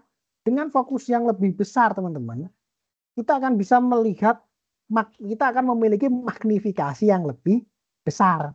Maka kita akan membutuhkan objek yang selain punya diameter besar, juga punya fokal rasio yang besar. Nah, jadi ini teman-teman, jawabannya adalah yang A, teman-teman. Jadi semakin besar fokusnya, perbesarannya makin besar, kemudian semakin besar diameternya, dia juga akan semakin banyak cahaya yang dikumpulkan. Maka kita untuk mengamati objek yang redup itu ya, kita butuh fokal rasio yang besar untuk bisa mendapatkan gambar yang lebih besar atau image yang lebih besar. Kemudian juga untuk mendapatkan image yang lebih terang, lebih jelas, kita butuh teleskop diameter besar. Oke, sampai di sini teman-teman. Ada yang ingin ditanyakan untuk materi kita terkait dengan teleskop? Ini udah teleskop segini aja teman-teman ya. Nggak banyak, teleskop itu nggak banyak teman-teman ya. Cukup jelas teman-teman sampai di sini?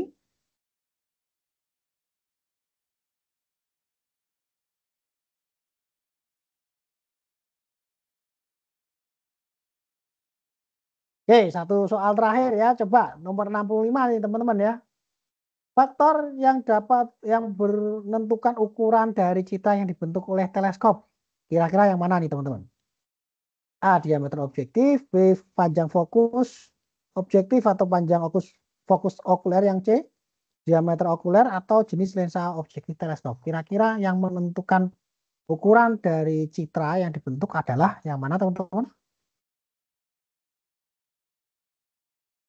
Ukuran citra kan ini terkait dengan perbesaran teman-teman ya. Nah, kalau terkait dengan perbesaran, maka ini yang mengontrol adalah apa teman-teman? Nilai apa kita untuk mengukur perbesaran? Yang atas adalah fokus dari objektif, bawah adalah fokus dari okuler.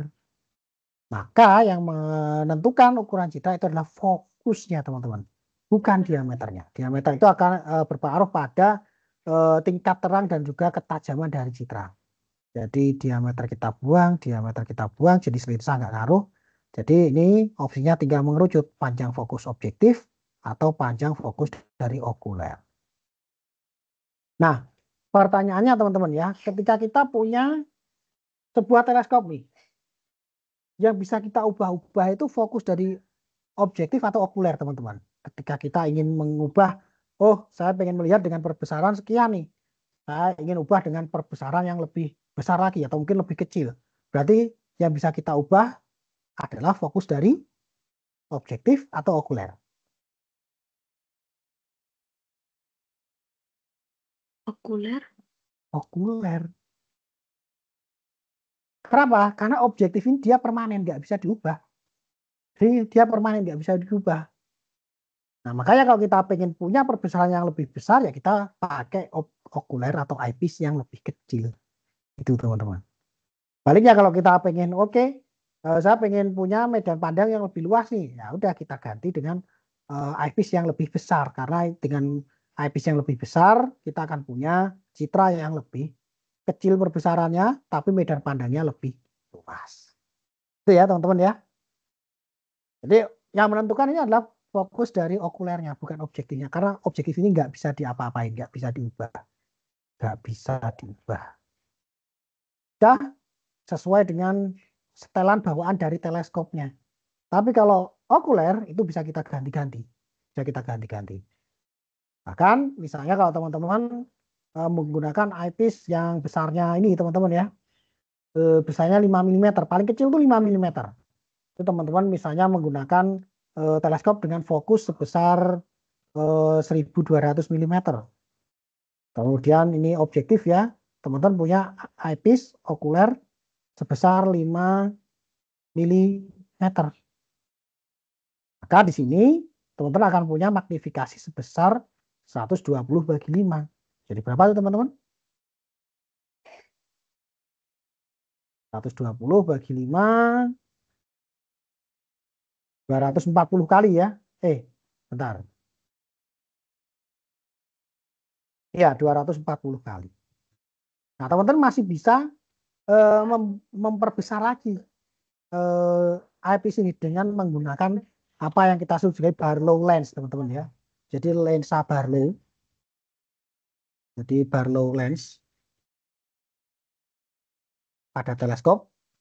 Nah, ini ya. Lensa Barlow ini nanti kita pasang di depan eyepiece, teman-teman ya.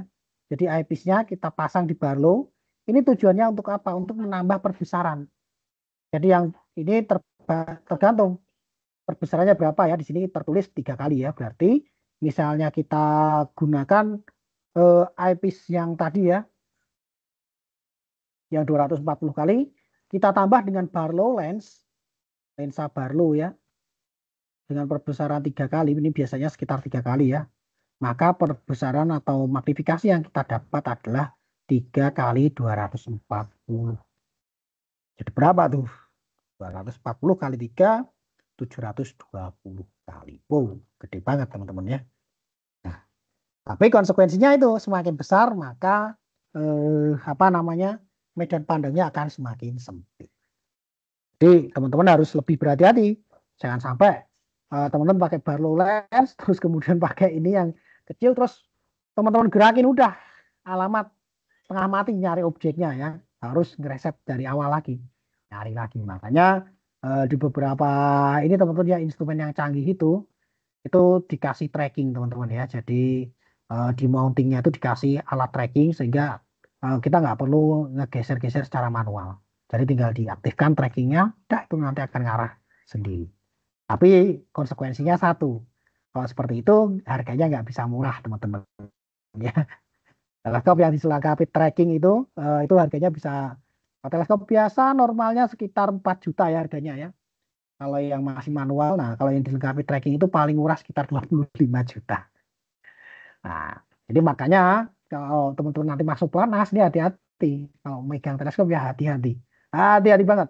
Karena kalau nanti sampai ngerusakin teleskop itu ganti ruginya nggak murah teman-teman ya. Makanya eh, apa namanya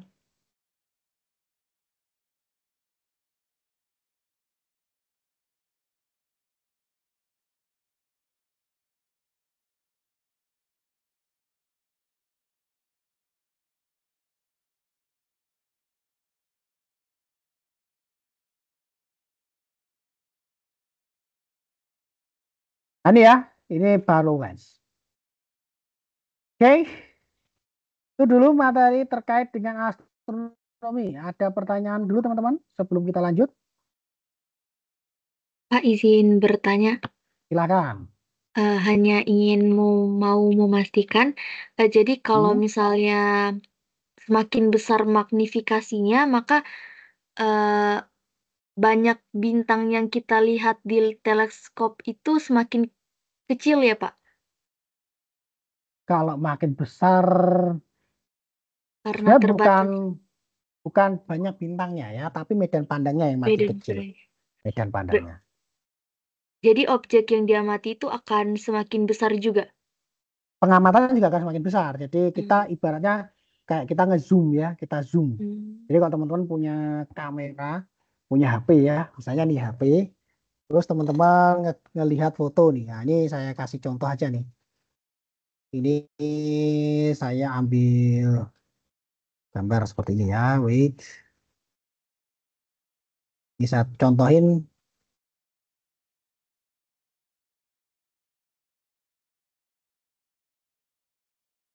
seperti ini ya. Misalnya, ini saya punya gambar nih. Saya pengen zoom. Saya pengen zoom ke bagian eyepiece-nya ini. Set. Oh, enggak ini ya. Oke, saya pengen zoom bagian ini. Nah, ini kan yang awalnya kita bisa melihat seluruh bagian ini secara menyeluruh ya, lensa Barlow-nya, tapi karena saya zoom, set, kita hanya bisa melihat bagian yang lebih sempit lagi. Jadi cuman bagian ini saja yang kita lihat. Nah, artinya apa? Medan pandangnya semakin sempit ya. Jadi bukan banyaknya bintangnya, tapi medan pandangnya. Tapi kalau banyaknya bintang yang bisa kita lihat, itu nanti terkait dengan daya kumpul radiasinya. Nah, semakin besar daya kumpul radiasinya, artinya bisa melihat semakin banyak bintang-bintang yang awalnya nggak bisa kita lihat dengan mata, itu akan lebih banyak terlihat. Nah, ini nanti terkait dengan daya kumpul radiasi masih terkait dengan apa yang kita sebut sebagai limiting magnitude itu ya. Nah, limiting magnitude, limit batasnya ini ya, limiting magnitude yang awalnya hanya 6, dengan teleskop yang ukurannya besar kita bisa melihat objek-objek yang jauh lebih redup sehingga kita bisa melihat di background di misalnya teman-teman ngincer satu bintang ya yang terang, teman-teman pointing, di belakangnya ketika kita lihat dengan mata itu kita nggak bisa melihat ada bintang-bintang yang lain ya. Begitu teman-teman zoom dengan teleskop, oh itu akan tampak banyak sekali bintangnya ya. Seperti itu. Terima kasih, Pak. Ya, silakan yang lain. Ada pertanyaan lain sebelum kita moving ke materi berikutnya?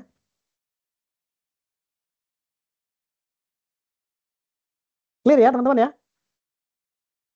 Nah, nanti soal-soal ini akan silakan teman-teman apa namanya catat ya. Ini nanti saya akan bagikan juga coret-coretannya. Tapi yang jelas saya nggak bisa membahas satu persatu ya karena keterbatasan waktu. Nanti silakan teman-teman lengkapi pengerjaannya ya dari coretan ini teman-teman. Oh ini kerjakan lagi.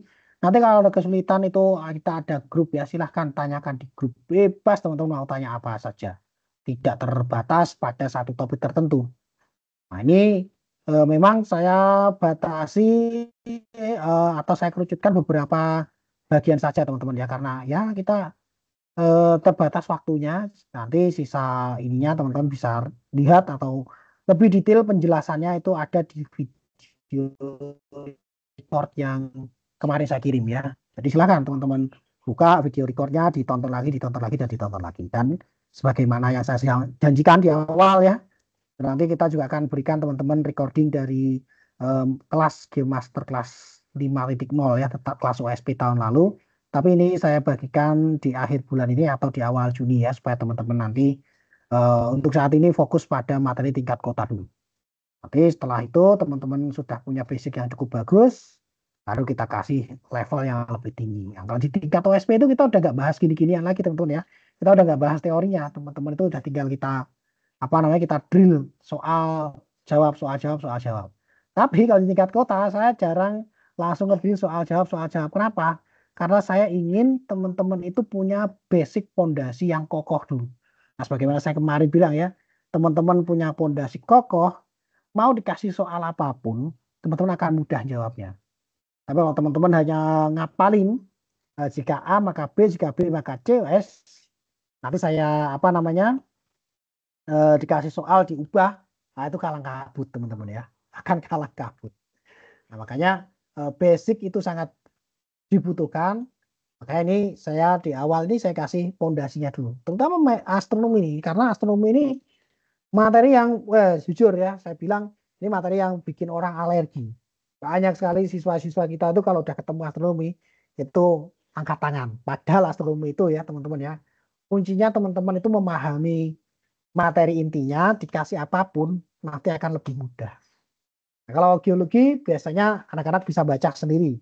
Membaca itu lebih mudah, kemudian meteorologi juga sama, dengan membaca sendiri lebih mudah. Makanya astronomi ini saya kasih perhatian khusus, makanya saya taruh di awal. Supaya teman-teman itu di dalam mindsetnya itu jangan sampai ada mental block teman-teman ya. Jangan sampai ada mental block, wah saya udah nggak bisa nih. Ya kalau teman-teman udah ngomong nggak bisa, nggak bakal bisa, serius. Tapi kalau teman-teman merasa, oh ini memang sulit ya, ini sulit tapi saya pelajari ya, nanti lama-lama akan bisa. Nah itu yang selalu kami tanamkan ke senior-senior teman-teman atau teman-teman yang lain, bahwa yang menentukan itu bukan bukan seberapa jago teman-teman, tapi yang menentukan teman-teman sukses itu ada di sini, mindset teman-teman. Kalau teman-teman jago tapi mindsetnya ini sudah nyerah duluan, atau dalam hal ini, aduh saya nggak bisa, nggak bakal bisa, teman-teman. Nah, itu ya dulu saya alami. Waktu saya awal-awal ikut kebumian kan terpaksa juga teman-teman ya. Kebumian itu saya ikutnya terpaksa, serius. Saya dulu ikut astronomi di kelas 10 ya. Jadi sebelum seleksi tingkat kota itu saya ikut pembinaan astronomi. Setiap minggu kita ada satu pertemuan di hari Sabtu setengah 11 siang sampai jam 12 siang, 1,5 jam. Nah, di situ saya ikut astronomi karena saya senang dengan metode pengajaran yang disampaikan oleh pembinanya. Waktu itu pembina itu suka ngasih bedah film ya, bedah film terkait dengan dokumentari dari BBC, National Geographic, terkait dengan astronomi. Kemudian saya berminat istilahnya ngikut di situ, wah asik nih. Tapi begitu masuk hitungan, fotometri, flux, luminositas, magnitudo, bla bla bla bla bla bla. Ini kepala saya udah pusing duluan, ngebul duluan teman-teman. Ngebul duluan. Akhirnya waktu itu di dalam pikiran saya, wah angel lagi susah nih, ini apa sih, ini apa sih. Akhirnya terjadi apanya nggak dapet apa-apa, nggak bisa apa-apa. Akhirnya waktu itu karena saya lebih suka teoritikal ya, sih belajarnya teoritikal. Nah begitu seleksi, yang keluar tuh hitungan. Teorinya cuma 30%, 70%-nya hitungan. Wah ini pusing ya, mampus beda. Kan kalau kata orang di Jakarta kan gitu ya. Wah, modar aku kalau kata Jawa kan bilangnya gitu. Nah, akhirnya yang terjadi apa? Ya untungnya ada kebumian yang menyelamatkan saya, teman-teman ya. Ada kebumian yang menyelamatkan saya waktu itu terpaksa ambil kebumian karena saya realistis saja, oh kebumian ada astronominya masih nyerempet-nyerempet dikit ya. Nah, teori ya. Ternyata begitu masuk astronomi saya bisa jawab nih. Teorinya bisa jawab. Terus jawab geologinya masih belum ngerti. Geologi sama ininya masih dikit-dikit ya. Tapi pada waktu itu akhirnya kita cuma mentok di tingkat provinsi ya, di kelas 10. Di kelas 11 itu saya niatkan dalam hati, oke, ini kesempatan terakhir saya. Jadi saya nggak mau setengah-setengah.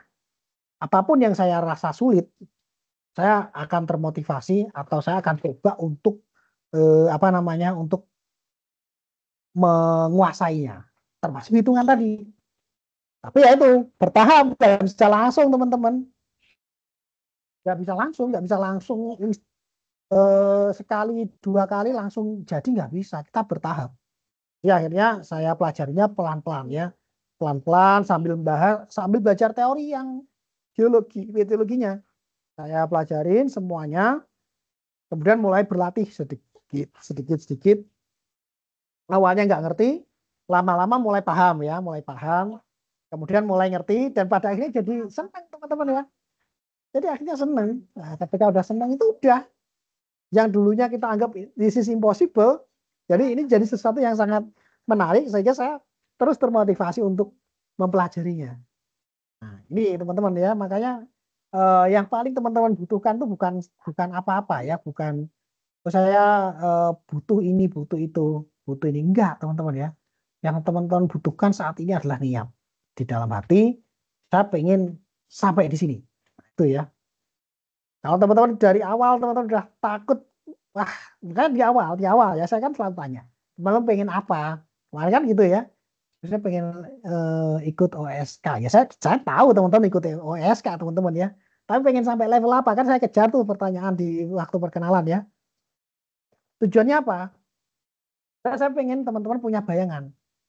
Teman-teman kalau nggak berani bermimpi, nggak berani, saya pengen masuk USN dapat medali. Teman-teman gitu aja nggak berani. Ya gimana teman-teman sampai di situ? Kan nggak mungkin. Impossible teman-teman ya. Makanya di awal itu saya tanya, teman-teman pengen sampai mana? Pengen dapat apa? Saya pengen ini Kak, tapi realistis aja loh. Memang kalau pengen itu nggak realistis. Saya pengen misalnya, oh saya pengen jadi dapat medali emas. Saya pengen dapat medali sampai internasional. Itu emang nggak realistis. Realistis teman-teman. Realistis kalau hanya keinginan. Tapi kalau untuk menjadi sesuatu realisasinya, nah itu butuh yang namanya action teman-teman ya. Tapi kalau keinginan pasti nggak ada yang larang, nggak ada yang larang kita untuk mimpi teman-teman ya. Makanya sebelum mimpi itu dilarang ya bermimpilah kan gitu ya. Kalau zaman dulu, zaman saya kecil itu kalau liburan sering nonton apa namanya filmnya Dono ya, kita bilang film Dono, Warkop itu ya, Warkop DKI. Itu kan ada istilah celetukan dari eh ini ya, kasino atau indro tuh. Tertawalah sebelum tertawa itu dilarang. Kan gitu, kayak gitu ya. Itu kan sebenarnya sindiran bagi mereka ketika mereka itu sebenarnya orang-orang pintar teman-teman ya. Dono Kasino Indro itu dosen Pak. Dono itu almarhum Dono itu dosen di UI teman-teman ya, bayangin. Itu itu sindiran bagi mereka bahwa tertawalah sebelum tertawa itu dilarang. Sebelum kalian dibungkam oleh rezim, kalian tertawalah, kita kritik rezim dengan cara-cara komedi, bertawalah. Nah, terus kalau dari saya, bermimpilah sebelum mimpi itu dilarang. Jadi sebelum teman-teman apa namanya ada yang ini, bermimpi saja, bermimpi tapi ingat, untuk merealisasikan mimpi itu butuh effort, butuh usaha, dan itu tidak bisa ditempuh dalam 1-2 hari, 1-2 malam. Makanya program ini saya buat 1 bulan itu sebenarnya ada maksudnya teman-teman. Di tahun-tahun sebelumnya kita cuma program itu 2 minggu aja teman-teman, cukup 2 minggu. Karena memang sebelumnya waktu kita mepet. Nah, tahun ini kita punya waktu yang panjang. Nah, waktu panjang ini alangkah baiknya ini kita isi dengan persiapan lebih awal. Makanya ini saya bikin 1 bulan. Tujuannya apa? Supaya teman-teman punya banyak waktu untuk belajar mandiri selain di apa namanya di sesi pembinaan ini ya. Terus teman-teman menambah materi yang teman-teman belum kuasai. Nah, itu ya. Supaya apa? Ya teman-teman di awal saya minta sampaikan mimpinya. Terus apa namanya? Berikutnya kita bareng-bareng nih, kita bareng-bareng menyusun step by step menuju di situ. Oke, kita kuasai dulu basic materinya. Materi sudah kita kuasai, oke kita mulai ke latihan soalnya. Latihan soal kita kuasai, teman-teman bisa ngerjakan, tingkat kota teman-teman lolos, tingkat provinsi itu kita akan drill soal, teman-teman. Drill soal yang sangat banyak dan itu di tingkat provinsi saya nggak akan kasih materi banyak-banyak lagi, teman-teman. Cukup dikit sambil ngerjakan soal, dan itu kalau teman-teman tidak mempelajari dari awal itu pasti akan kelabakan. Makanya nanti di tingkat provinsi saya juga akan buat satu MOU ke anak-anak ya yang mau ikut kelas kayak sih. Tingkat provinsi harus komit, benar-benar komit belajar teman-teman ya.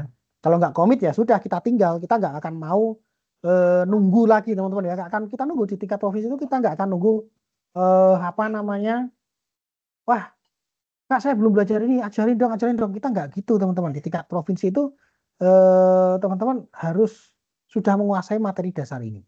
Nah, di tingkat provinsi nanti saya pengen gas langsung teman-teman. Di awal pertemuan itu kita gas, Nah, sekarang di kota adalah kesempatan teman-teman untuk belajar basic-basicnya dulu.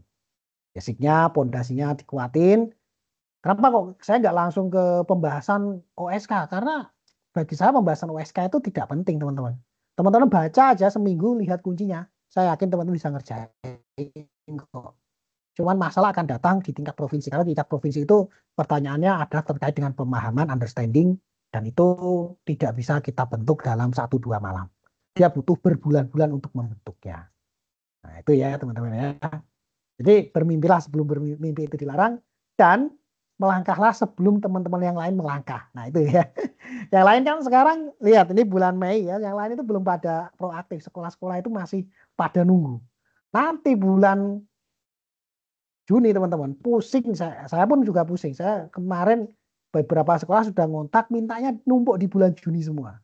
Alasannya, oh anak-anak mau ujian mas, anak-anak mau apa namanya ada ujian akhir semester, jadi tidak bisa diganggu. Ya kita maklumi ya, maksudnya ujian itu kita maklumi. Tapi alangkah baiknya sebelum ujian kan kita sudah punya nyicil materi teman-teman ya. Tapi setelah ujian nanti wah mati teman-teman ya. Itu pasti anak-anak hampir semua sekolah itu pasti akan ngontak secara serempak minta kita ajar. Dah, itu polanya akan seperti itu. Biasanya 3 atau 4 pekan terakhir sebelum lomba ya itu request pembinaan di mana-mana.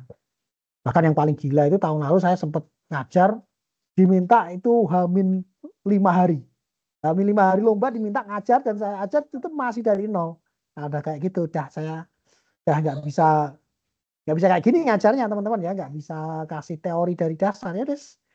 Kita buka soal aja, kita kasih apa namanya soal, kita bahas soal, kita bahas soal, kita bahas. Tapi ya itu tadi nggak akan bisa maksimal teman-teman.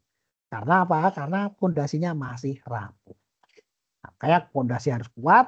Kalau pondasi sudah kuat, nah ke atas itu kita tinggal susun strukturnya bagaimana kita bisa mau diapain nggak akan roboh teman-teman. Tapi kalau teman-teman langsung pengen bangun di atas, pondasinya masih lemah, ya belum jadi pasti roboh. Itu teman-teman ya. Makanya itu kemarin, teman-teman mungkin yang ikut kelas kemarin sudah saya sampaikan. Ada satu calon peserta itu rewel banget minta ampun. Kak maunya saya eh, langsung drill tingkat provinsi. Saya nggak mau belajar basic-basic lagi. Saya cuma ingin ngembangin soal OSN. Saya lihat ini anak pasti basicnya masih melemah nih. Ini ya udahlah saya nggak mau kejar lagi. Nggak usah kejar, udah. Padahal dia udah janji mau transfer hari ini mau transfer besok mau transfer besok kak tapi masih saya tiba-tiba ragu nih bla bla bla bla bla karena saya masih pengennya ini. Ini pasti anak ini masih labil nih. Begitu ya cek nilainya lah bener teman-teman ya. Tidak sampai 1/4 jawabannya yang benar. Jadi nilainya cuma 23 kalau nggak salah. Aduh kayak gini minta dikasih provinsi modaro modar aku ya. Jadi kita pusing jelasin ya dia nggak ngerti sama sekali ya nggak lah daripada bikin kita pusing ya nggak usah dikejar. Jadi gitu. Jadi apa ya? Teman-teman bersyukurlah beruntung teman-teman bisa ikut kelas di level ini ya. Karena memang biasanya kita tidak buka kelas ya teman-teman.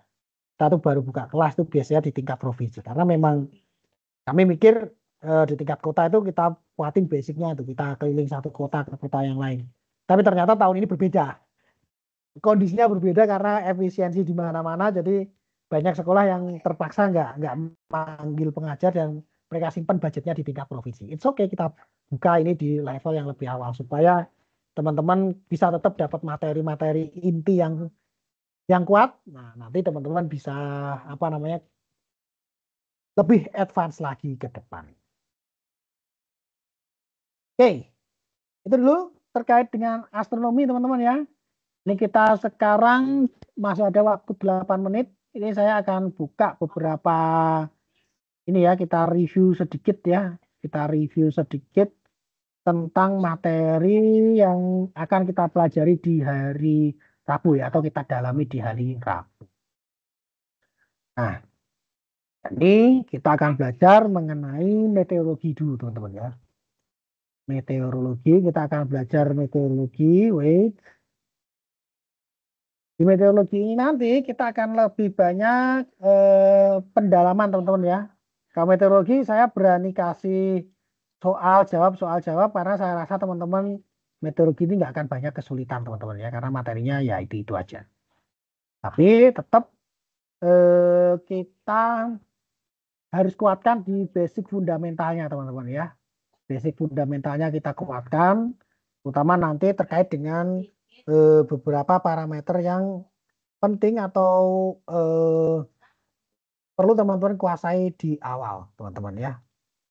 Ini terkait dengan pengertian meteorologi dan klimatologi serta parameter-parameter yang akan kita amati di dalam meteorologi.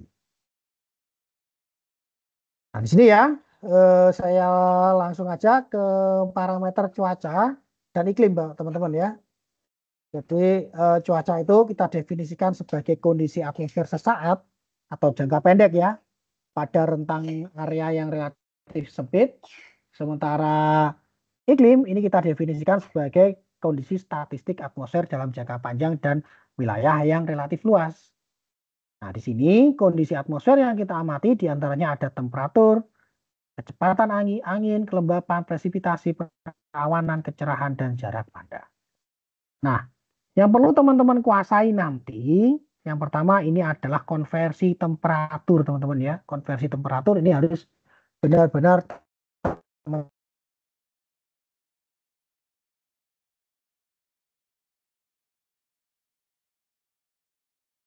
ya. Saya dulu dapat materi ini di fisika kelas 7 kalau nggak kelas 8 SMP ya waktu itu ya. Jadi konversi dari terutama ini Celsius ke Fahrenheit atau Fahrenheit ke Celsius ya, karena ini dua satuan yang paling sering digunakan dalam menentukan atau menyatakan nilai temperatur. Nah, jadi Celsius ke Fahrenheit ini rumusnya seperti ini ya. Rumus dalam Celsius dikali 9/5 ditambah 32. Nah, sementara kalau Fahrenheit ke Celsius, temperatur dalam Fahrenheit dikurangi 32 baru kita kali dengan 5/9. Nah, ini ya, ini teman-teman nggak punya isu di sini. Nah, sekarang yang paling penting adalah di sini teman-teman ya. Dikonversi nilai tekanan teman-teman ya. Nah, tekanan ini apa sih teman-teman? Tekanan atau tekanan atmosfer ya, itu adalah tekanan yang dihasilkan oleh massa dari atmosfer teman-teman ya. Jadi kita ingat atmosfer atau udara ini kan punya massa teman-teman ya. Jadi atmosfer ini punya massa. Atmosfer dia punya massa. Nah, massa pasti akan memiliki berat karena pengaruh gravitasi dia punya berat. Jadi massa karena ada gravitasi bumi dia punya berat. Nah, kalau massa kita tempatkan pada zona zero gravity maka beratnya akan bernilai 0 kan teman-teman ya. Nah, sementara kalau massa ini dikenai medan gravitasi dia pasti punya berat. Nah, berat ini nanti akan menghasilkan apa yang kita sebut sebagai gaya teman-teman ya. Gaya. Nah, gaya kita bagi pada area tertentu, maka kita akan mempunyai yang kita sebut sebagai tekanan. Nah, tekanan kan adalah gaya persatuan luas teman-teman ya.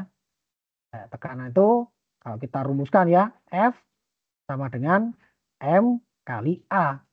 Massa dikali dengan percepatan ya. Atau kalau misalnya kita punya berat, berat itu kan force ya.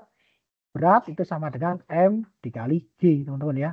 Nah, berat itu apa sih? Berat itu adalah gaya ini ya.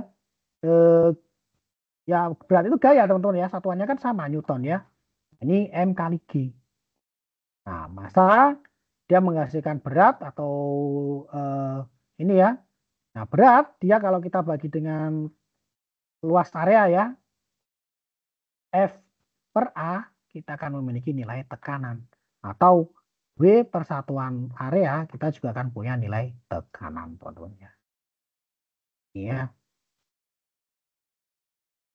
Nah, tekanan udara ini apa sih? Tekanan udara ini adalah tekanan yang dihasilkan oleh kolom udara di suatu wilayah.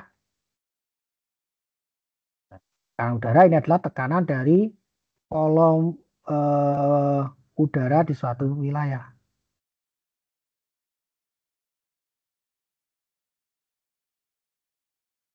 Misalnya ini sebagai contoh ya. Kita punya apa namanya? Area A dan area B ya. Ada area A di dataran rendah dan titik B di dataran tinggi atau di puncak gunung. Kira-kira tekanannya lebih besar di titik A atau di titik B, teman-teman? Di A. Di A. Kenapa? Karena kolom udara yang di A lebih besar masanya, Pak. Lebih padat. Bukan lebih padat, tapi lebih tebal ya. Nah nih,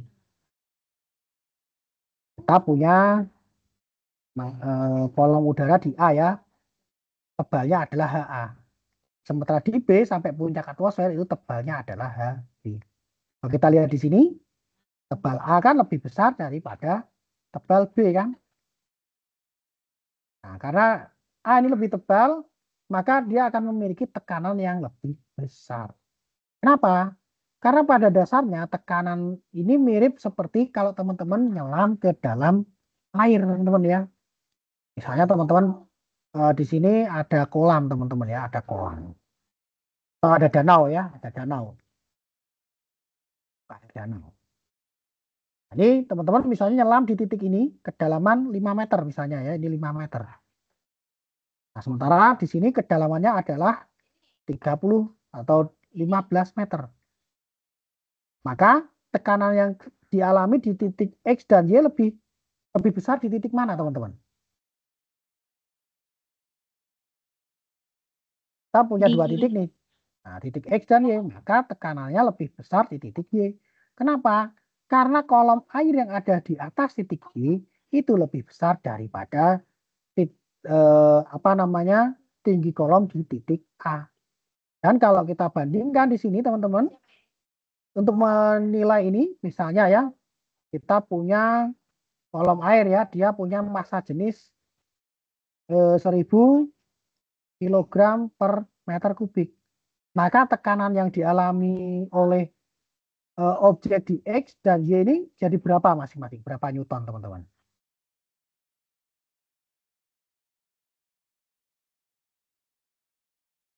Maka kita kan untuk menghitung ini nilai tekanannya adalah Rho kali G kali H, kan gitu ya. Nah, ini rumus tekanan apa, teman-teman? Rho GH ini. Hydrostatic pressure. Nah, di A ini nilai tekanannya adalah 1000 kg per meter kubik dikali G-nya 9,8 meter per detik kuadrat dikali dengan H-nya adalah 5 meter. Maka kita akan punya nilai sekian Pascal, teman-teman ya. Nah, di Y tentunya nilai ini kan sama ya, tapi ketebalannya 15 meter, berarti ini adalah 3 kali dari titik X. Nah, tekanannya lebih tinggi. Efeknya apa? Efeknya adalah ketika kita berada di kedalaman 15 meter ini, nah kita akan mendapatkan tekanan yang lebih tinggi. Misalnya kalau kita punya ini ya, menyelam itu kan, nah di kedalaman 15 meter itu kita akan merasakan tekanan yang sangat kuat, teman-teman ya. Nah, di atmosfer juga sama. Atmosfer ini pada dasarnya tekanan atmosfer itu bisa kita dekati dengan nilai tekanan hidrostatik, teman-teman. Kita punya tinggi kolom sebesar HA. Misalnya kita punya densitas atmosfer sebesar 1,013 kg per meter kubik. Maka tekanannya ini adalah Rho kali G kali H. Nah, di titik A, nilai tekanan udaranya adalah PA ya. Itu adalah Rho kali G kali HA. Di titik B, PB sama dengan Rho kali G kali HB. Nah, ini kan kalau kita bandingkan ya, Rho A per PB ini kan sama dengan perbandingan HA per HB. Maka semakin besar ketebalan atmosfer, maka dia tekanannya akan semakin tinggi. Makanya di lokasi yang lebih rendah itu tekanannya lebih tinggi karena atmosfernya itu lebih tebal. tebal seperti itu. Oke. Nah, di sini nanti dalam satuan tekanan kita nyatakan tekanan itu secara satuan internasional ya dalam Pascal. Nah, di dalam atmosfer sendiri teman-teman ya, tekanan itu kita nyatakan seringnya dalam satuan milibar. Nah, 1 milibar itu sama dengan 1 hektopascal atau 100 pascal teman-teman ya. Nah, tekanan rata-rata di muka air laut di ketinggian 0 ya itu adalah 1013,25 milibar atau hektopascal. Atau kalau kita ubah ke dalam satuan pascal, dia akan memiliki nilai 101325 pascal ya. 101.000 atau 101 kilo pascal ya. Sekitar 101,3 kilo pascal tadi ya. Ini tekanan yang dialami oleh ini teman-teman ya. Di permukaan laut. Nah, ini tekanan sekian hektopascal ini kemudian kita nyatakan dengan nilai 1 atmosfer ya. 1 atmosfer itu artinya tekanan yang dialami oleh 1 kolom atmosfer ya yang rata-ratanya adalah sekian. Nah, ini akan setara dengan tekanan hidrostatik dari kolom air raksa setinggi 76 cm. Jadi ini adalah H dari air raksa. Nah, ini akan mempunyai tekanan hidrostatik sebesar 1013,25 hektopascal. Oke, sampai di sini ada pertanyaan teman-teman? Sebelum kita tutup pertemuan pada malam hari ini, karena sudah jam 9 ya. Hari Rabu kita lanjutkan nih materi kita. Clear ya teman-teman ya?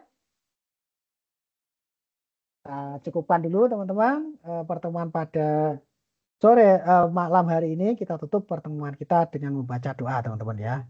Kita berdoa menurut agama dan kepercayaan kita masing-masing. Berdoa dipersilakan.